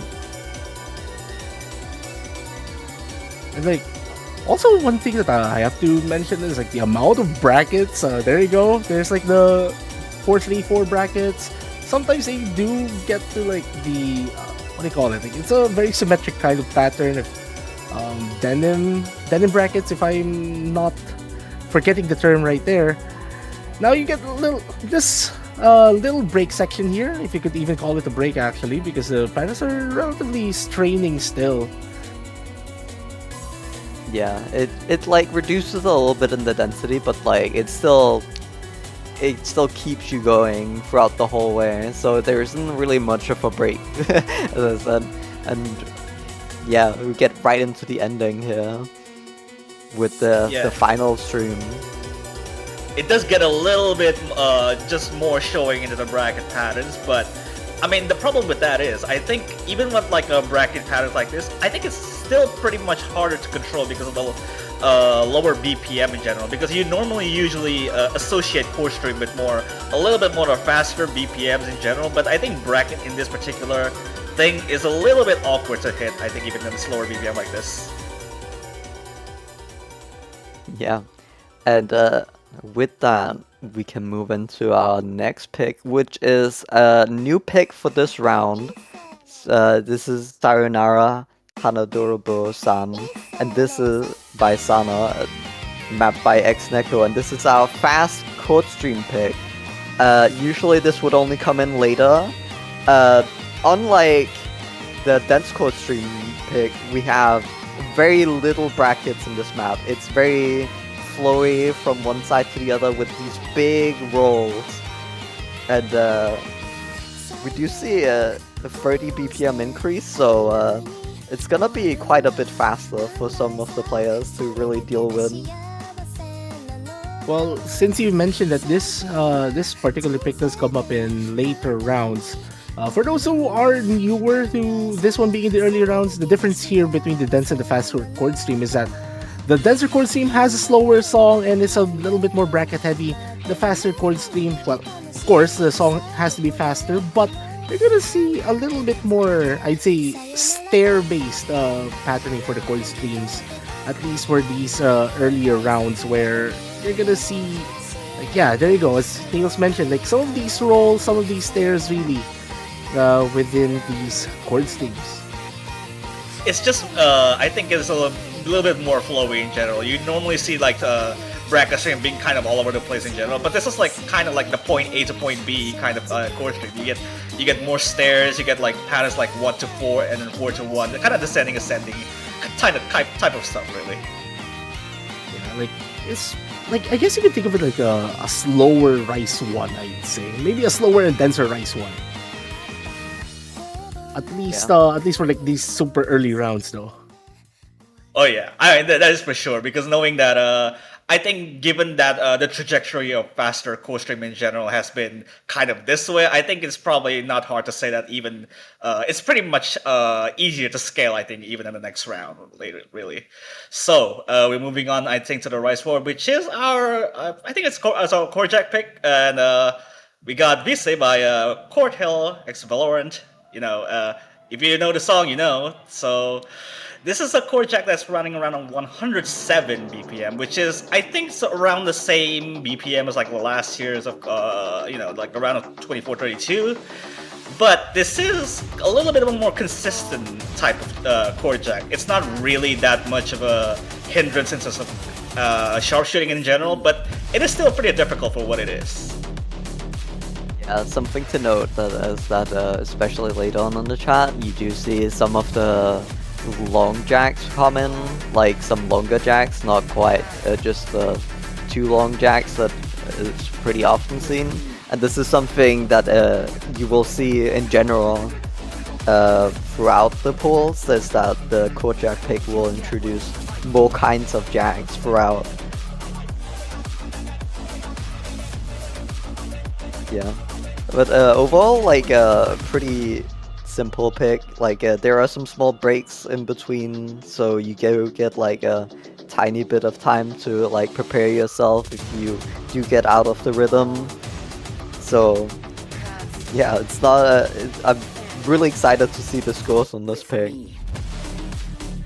Yeah, you mentioned the scores, and you already see like the capabilities of players as we've seen already in the results reveal earlier. And now, I mean, the qualifier set did not have a core jack chart for a good reason.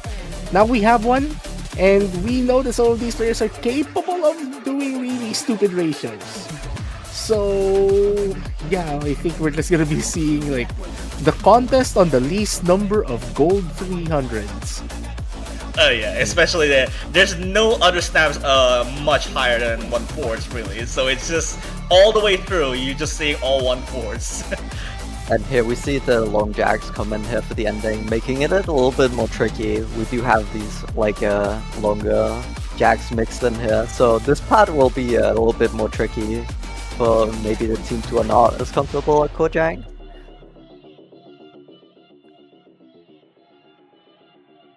But yeah, with that, let's move on to the next pick. So we have Yukitani Amusing Colorful Pudding, and this is our tech accuracy pick. This is a chart by Rorvker. I hope I did not mispronounce that username.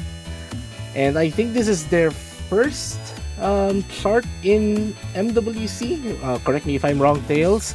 And I'll tell you, this chart got hands, boy. This chart got hands. This is really tough to deal with if you want to sharpshooter accuracy. As you can see already with these swing beads, these flaps, these grace notes. Like this is just a really, really tough chart, really abrasive pattern for round of 32. And I'd say like match strategy wise, this is mostly going to be avoided until like the later stages of a match if it goes a distance. Well, unless if you're like a super good rice team. Yeah, something to note is that this is a new style of pick, kinda. We had tech before, but this is specifically tech accuracy. So it's gonna be really focused on having like these tricky snaps that you really have to sharpshoot for. And we'll see later in the polls coming up that we'll get the wildcard tech pick, which will be a little bit more tricky than this. But in this poll, we just have the tech accuracy pick here. So Yeah, what kind of helps around that I think in this pick in particular, it just operates on a swing rhythm from most of the charts. So you kind of have to deal with those for every single time, every time the pattern comes around, really. So it really tests your accuracy, but at that point, you kind of have to juggle in between the patterns just to get the accuracy on point. I just remember the ending was starting being super physical. As you can already see here, I don't remember maintaining any semblance of combo at all when I was trying this chart out. yeah, and I think we'll deserve to introduce this next one. oh yeah, this one's funny.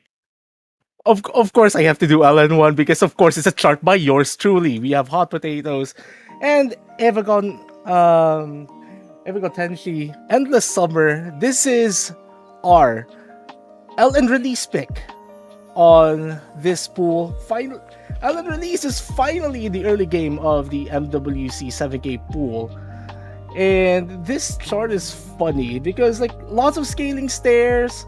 The releases here are pretty much attached to a hold, so it's not really that abrasive in terms of accuracy, but holding on to your accuracy, you're holding on to your combo here is going to be particularly difficult, and this is expected to be a little bit of the low scoring chart, I'd say. Yeah, this one is gonna be really hard to get all perfects on, but every perfect will really matter here. If you get a 200, it might just be over, but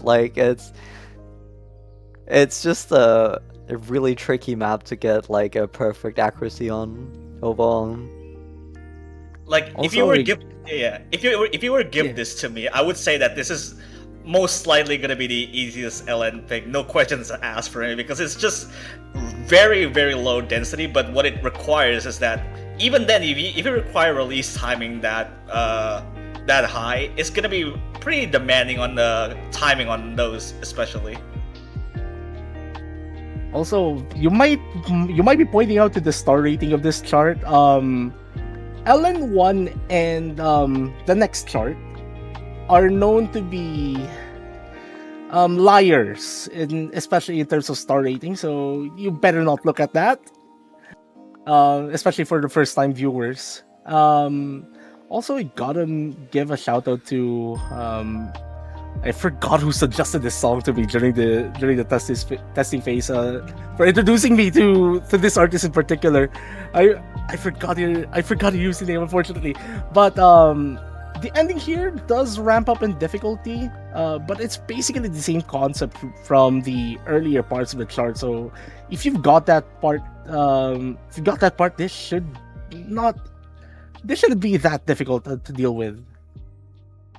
Yeah, especially with those LNs. I think kind of intermingling with the other parts of the song. I think it should be known that I think even with this kind of low density, it's pretty much still manageable to deal with for most of the teams that are be playing in around the 32. But speaking of the LNs that are just very low density in general, we got something a little bit kind of an almost April 14th kind of type situation. We got Tom Yun C. The Star Ellen coordination, which is much lower star rating, but this is pretty hard as far as coordination goes. And again, yes, this is our Ellen coordination pick. Yeah, be aware these long notes are really long. Like, you are gonna be trying so hard to maintain the combo on these. But if you are able to like maintain the combo just fine, this map every 200 is gonna matter because oh my god, it's like not like the hardest thing to get accuracy on at all. So we're gonna see some really close scores here maybe on the closer seeded teams, but maybe some of the lower seeded teams might struggle on this one in particular quite a bit, just being quite tricky to maintain the full combo on. Actually, if you are facing a team that is really strong on LN1 during the qualifiers, this might be a pick that you might be considering actually banning most likely if this actually did not get protected for some reason. I am very aware that LN release and LN coordination rarely gets protected. Usually they get banned. And strategy wise, really, it's gonna be a tough call for any of these teams really. Like, are you going to ban the super comfy slow LNs that are really tricky to release, or are you going to ban this super hold heavy LN chart that you know that if you're struggling, most likely your opponent is going to be struggling as well. So yeah, just a matter of opportunity cost, I'd say. Yeah, I do think that I did remember there probably some feedback about LN coordination or release being a little bit too inverse-esque, I think, in like last year. So I think taking into account having this pick in particular is kind of a welcome change, I feel. Yeah, so with that, let's move on to the next pick. It is our LN density pick. It's gonna be Happy Girl by Kitamura Eri, a map by Mappool Zero. And this map is gonna be really comfortable, I think, but we are gonna see the star rating go back up to 4.7, and we are gonna be seeing quite a bit more density, but the long notes are overall really comfortable to hit, and I don't think that many teams should have too much trouble with this one. This is like the one chart in the entire pool that I actually managed to FC. Like during test playing, like it's actually like this is how comfortable this chart is. You're just gonna be dealing with lots of stairs, maybe some minor LN chord streams. Really have to be super careful with the longer LNs though, because again, this is an LN pick. You're gonna be holding onto your keyboard for a decent amount of time. Also, I gotta mention Maple Syrup. Why did you have to choose a song from 2012 into this pool? Yeah, you usually hear the chorus where we get the main portion of the density here. We can really see that it just keeps going. Like, it's not like too many notes all at once, but like the notes just you keep holding on to really adds up to the density, like on screen especially. Yeah, it may seem daunting to look at the first glance, but it's definitely like the main reasons why LN density has been picked like several times over the past few years. That it has been pretty popular in terms of other LN categories, because at that point you just kind of go with the flow and kind of keeping your flow intact in terms of just holding everything in general. Also, I think something that I have to mention, this is the second longest chart in this entire in this entire pool, aside from the tiebreaker for obvious reasons. So maybe stamina might come in as a factor in this chart. So I do not see really stamina really being a problem in this part of the tournament. Though maybe the mental side really, considering that the patterns might end up just I guess merging in your mind in a way, especially with how comfortable this chart is. It's really easy to just go on autopilot and maybe end up missing somewhere. More correction, it is the third longest. Oh, okay. Yeah, so but overall, like yeah, definitely on the longer side of the pool, but it's really comfy, so it shouldn't be too much of an issue, even if it doesn't really have too much of a break.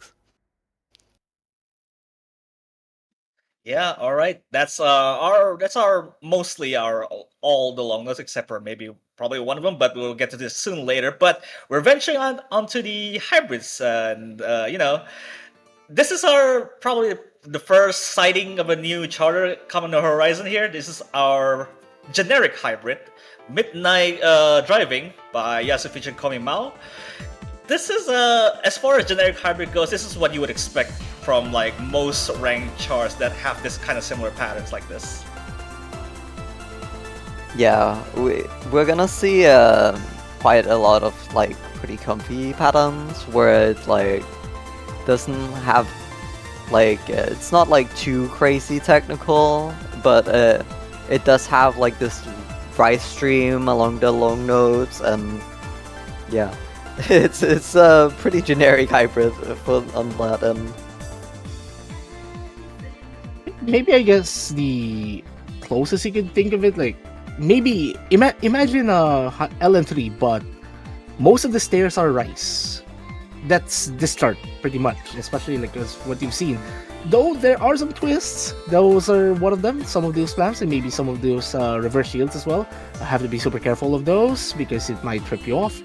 And also, from what I remember, like I remember saying, like putting this in my notes somewhere, like this chart for some reason feels like some of the old style rank charts that we've had in the rank section from like a few years ago, really, and like at least with the style or with how this chart really plays. And this part here a little bit tricky. You do see some longer long notes come in here with a little bit of density on the streams, and right there a little bit of a tricky LM pattern. So there are some things to watch out for. Definitely, it's not completely straightforward, but overall not the most tricky, I would say.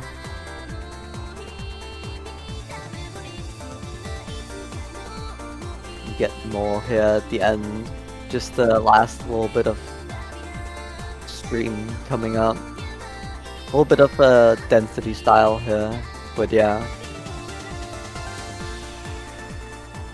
You just have to be careful there at the very end with this chart. So that's Midnight Driving. Yeah. And next So up now we have Iroti Canvas by Sugar Rush. This is a Kobe map. This is a newer, oh well, not newer category, a returning category really.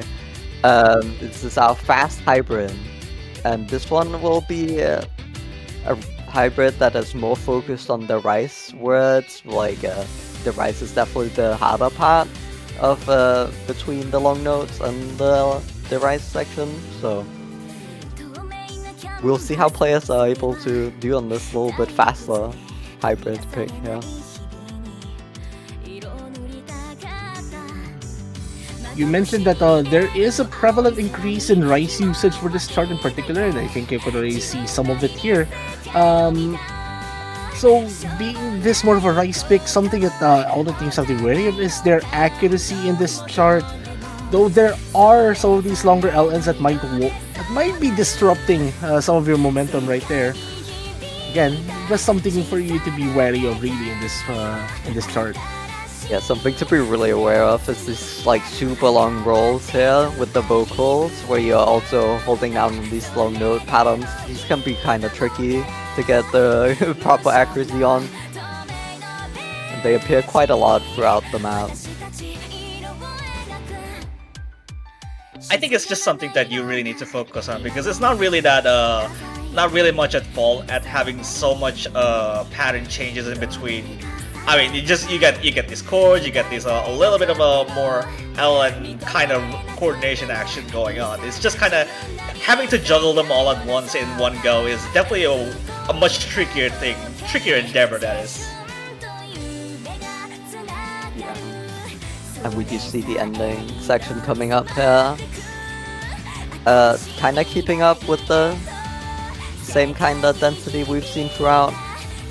A little bit more, but not too much harder than the rest of the map, so should be pretty comfortable. I think the patterns, even though we do have all these like streams and stuff, they are very comfortable to play overall. It's a tasteful amount of abrasiveness, really, just to ramp up the difficulty of the ending section of this chart. So, yeah, just have to be careful. Again, easy to go on autopilot, really, in these charts this early in the tournament. Have to be careful though, because the charters did set some traps to make you trip up somewhere. Anyways, now let's move on to the last of the regular hybrid picks. We have Katagiri Higashi, and this is our technical hybrid pick, and this is a chart by Kurisa Makase, reminiscent of actually no, this is what? This is like reminiscent of Hybrid 1 from Qualifiers, maybe? But again, the Qualifier is more of a generic though. Yeah, it did have some tricky patterns in it, but something to note is this map is that the technical hybrid pick is generally gonna have a lot more difficulty in the long notes, and be quite a bit lower BPM than the fast hybrid, so we're gonna see quite some tricky patterns in here. I think despite being tricky, I think overall in this chart in general, you get something a little bit of a burst in between and every other single thing. This has probably one of the lower star ratings even for a hybrid, like kind of like this. So it really does feel like a half lying to you if you give it to play and then you get to experience a little bit of a burst here and there, even in this section like this. Yeah. These stairs that just bridge LN after LN is actually really fun. This like the chart just flows really well, but you know it's tricky enough because like they're put at a speed like maybe a 1/6 of 164 BPM is actually no, those are 1/4 of 164 BPM, so not exactly fast, but if you're not careful, they will trip you up. Yeah, we see it just continues to the ending. It's quite relentless in that way. Once it really starts in the second half, you just gotta keep your eyes peeled. Unlike the first half where you had like these breaks in between, the second half doesn't really give too much of a break.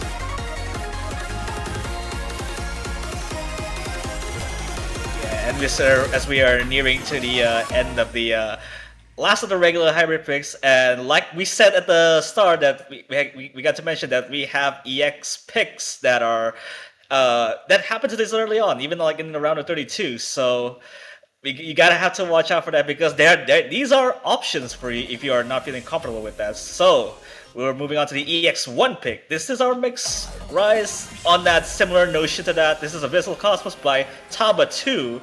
It features kind of the same thing as like almost like a core stream kind of type thing, but except it has some few tricks in between that is definitely gonna hurt you in the long run, I think. Yeah, I think something especially to note about this map is that there's a speed up at the end, which is quite difficult. So it's really important to keep up your combo, especially in the ending, and for that reason it's also important to get a really good accuracy in this first half that is a little bit easier, even if it mixes up the patterns here quite often.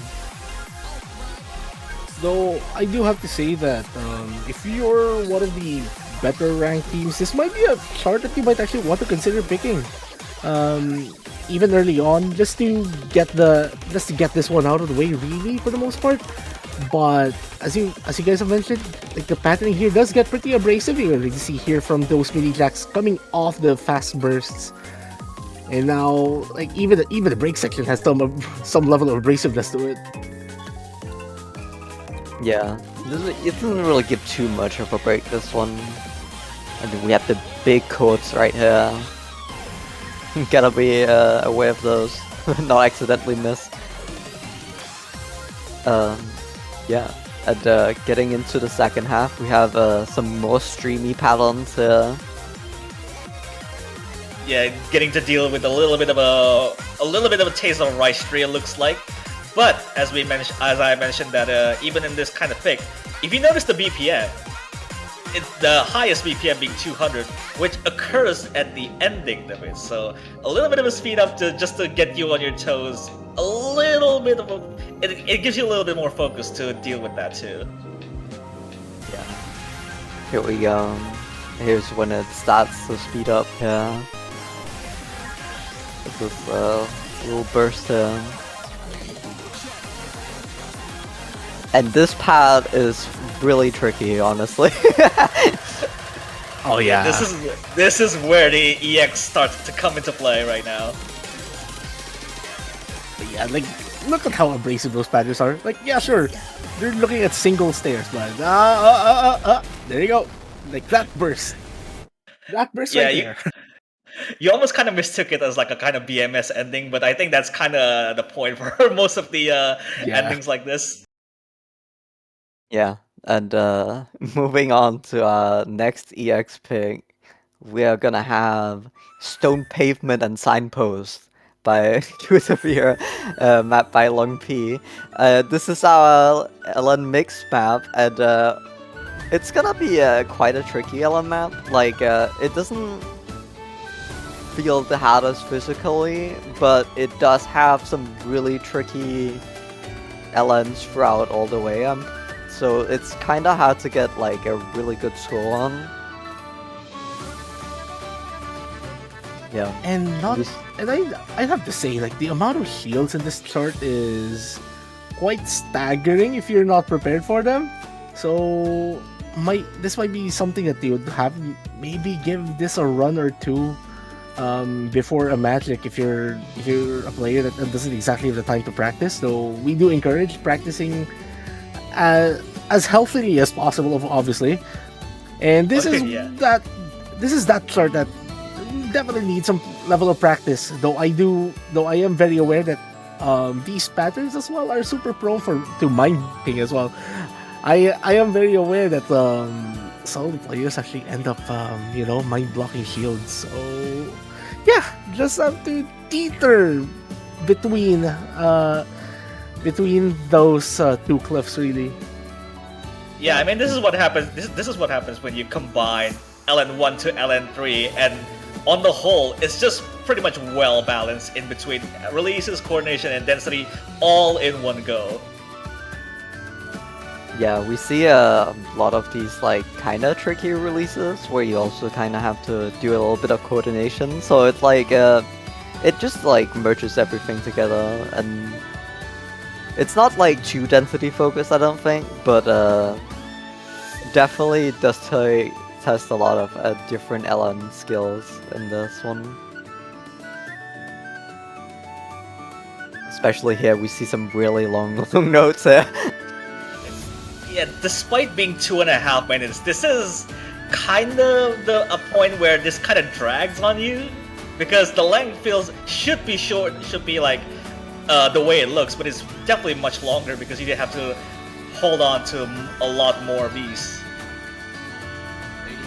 You have to note, like, you are not holding you're not holding a key on your keyboard for the entire 233. Like, you have a few split seconds, a few split seconds to release, but you're practically holding on to your keyboard for like the entire chart. So it's either you're gonna autopilot or you're just gonna lose track really of which fingers have to be holding on.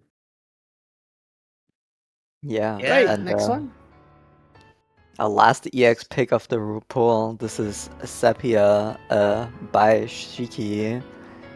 This is a map by Sankansuki, and this is a EX mini hybrid, mini tiebreaker hybrid, and this one is probably the hardest map of the pool, like the regular No, pool. far and away, far and Oh, away, oh, the Far and away. hardest Yeah. pick. Hardest pick in the regular picks. Also, the longest of the regular picks at clocking it just under 4 minutes, 3 minutes, 52 seconds. Also, since we do know the artist, 07's in the chat for Shiki. Anyways, Yeah. this chart is a really beautifully charted song by Sankatsuki.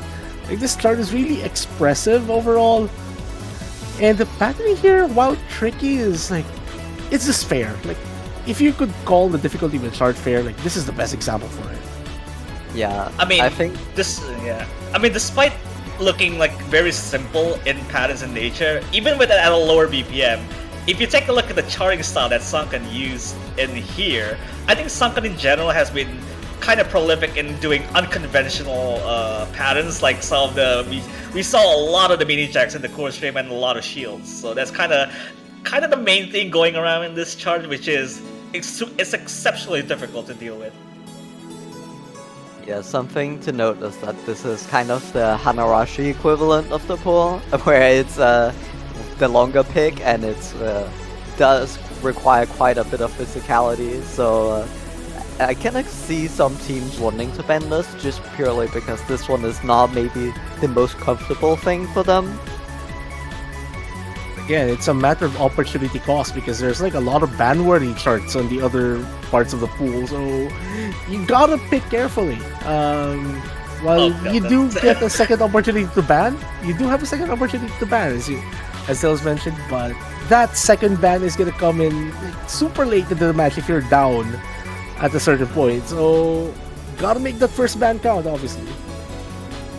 Yeah, and especially also the first picks because your protect you might not want to pick first because then because that one's like protected from being banned, right? So it's gonna be quite interesting to see when people are gonna be picking their protects, especially in the first round.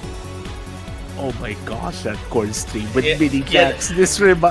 What is this? This is II but 7K? I mean, this is what Sunken's charting style has to do with all of these. So it's really just, on the whole, been very difficult. Even the shields are not that forgiving either.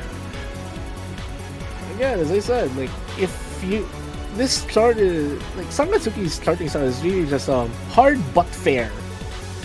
Like this chart is like super fulfilling to play. Like that's what I'll say about this chart. It's also quite stamina draining. There isn't really too much of a break in the song. It just kind of keeps going. Especially with these like mini jacks being spread in everywhere, you don't really get like much of a break to like compose yourself. You kind I of think just the have to problem walk with- into yeah. the entire thing. I think the problem that I have with the chart is like the breaks are not even that much of a break because it also introduces mini jacks in the break, which is kind of problematic if you're kind of conserving. Yeah. So if that's the mini tiebreaker for EX3, now what is the actual tiebreaker? Maybe not that scary in comparison, but apparently not. We got our tiebreaker, Manen Okigasa ni Gochiyo. This is finally another Yi tiebreaker and on that one, but definitely not scary, a tiebreaker, that is. This is running on 5 minutes, so this is definitely a pretty standard length for a tiebreaker, as most people would usually do. But yeah, this is hard, and for the lack of a Oh better my word. god, that column 6. The column Yeah. 6 jack. We do have a little bit of a kind of coordination start here, where you do have these really long notes. Kinda similar in a progression style to Hanarashi in that way, where it's like the beginning is quite tricky, long notes. I hope people will also log in on this one when they start playing. I think like the theory we've seen here for EX3 and actually for this tiebreaker as well. I'm gonna say the same words again: hard but fair. Like these two charts really.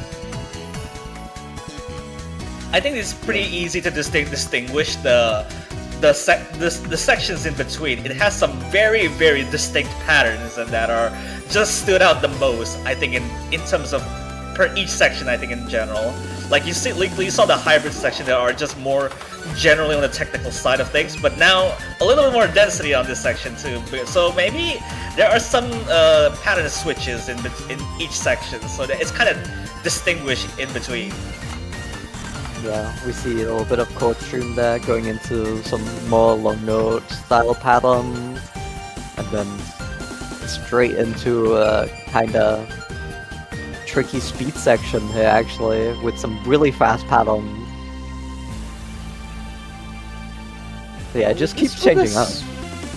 And the small inverse section is a break as well, so not exactly a break section in a way. Yeah, well, you still have to hold a note, that is for sure. Yeah. Now this is okay. I was about to say there was a true break section, but no. Like there had to be some bursts. Obviously, like this chart doesn't stop. Like it does give you moments to breathe. But now you're going to be throwing in the deep end now. Now here's like a super dense chord stream. Welcome another Bloody Mary into the section, you know? Yeah, and it turns into a chord jack section. Yeah, pattern switches. This one is honestly really tricky as well, because all of the jacks are almost like two-handed, so it's gonna be quite tricky. Indeed, and something to note is like well, yes, like this is in the range where a lot of the players can get full combos on this, but in a match setting with the pressure like of a tiebreaker, I'm not really expecting to see any proper full combos unless like we're gonna be seeing some of the top players really involved in them. Just in a high tension match situation. Yeah. It just keeps going. You don't really get much of a break. This new pattern that is tricky. Oh wow! Yeah. This kind of reminds me of that one stand tiebreaker from years ago. Like it was round of 16. Not round of like that was like 2022, 2023. I know it's a ranked chart now. Oh yeah, you know. I think it's the one that was used like for like some years prior by Stan, I think, which is also I think I think I'm completely chart, but it's kind of like the same style to it. Sub-Zero. Yeah, there you go, Sub-Zero. Like the sectionality of this charting reminds me so of that chart. Yeah, honestly, quite sectioned off, so yeah, we just keep seeing like, oh, now it's this pattern, and then we change over to new pattern, and it does really have like kind of everything, every skill set throughout all of the pool represented here, I'm pretty sure, so it's gonna be quite tricky. Like even in this section. Yeah, even in this ending, is kind of you just don't really get that much in terms of composure break or whatever. And that concludes our round of 32 tiebreaker and this round of 32 Mappool showcase. And well, that is indeed a really tough map pool that the 32 teams that we've revealed earlier are going to be facing. And again, shoutouts to everyone in the map pool selection team and all of the custom charters, all of the playtesters, the players who made the replays for this showcase. And I think I can actually say that this is a really fun map pool. Yeah, it's definitely much more approachable than the qualifiers that we just saw in like the prior to last week. So it's definitely much more. It's probably much easier, definitely much easier to handle for teams that are not prolific enough to do more of the physical stuff in the qualifiers. But this time around, I think for round of 32 Mappool, this is definitely well within reach of their capabilities to get some much higher scores than the qualifiers. Yeah, and as always, I want to say as a map puller myself and as a part of the map pulling team, please leave your feedback in the map pull feedback channel. We always read, and we do take it in, so, you know, for next year or one of the later rounds, or even if it's like a small thing that we can quickly change, it can be acted on very quickly. But yeah. I'm very excited for next week's matches and this new format. It's gonna be very exciting to see how people will ban. Yeah, this is indeed the biggest Oceania 7K World Cup ever. First MWC 7K with 32 teams vying in the bracket stage. Again, congratulations to all of the teams who have qualified to this part of this World Cup. We have indeed a fun 6-ish weeks if my counting isn't wrong ahead of us. And I'm gonna leave it to Mifa to close this one out. Yeah, all right. So be sure to check out every other announcements that are happening on the Oceania 7K World Cup once the map pools get released, and everyone can get started practicing on this new map pool for sure. This has been Mifa, Sergio, and Tails. We'll be signing off for today now. So see you on the next weekend and see you on the next matches, and take care.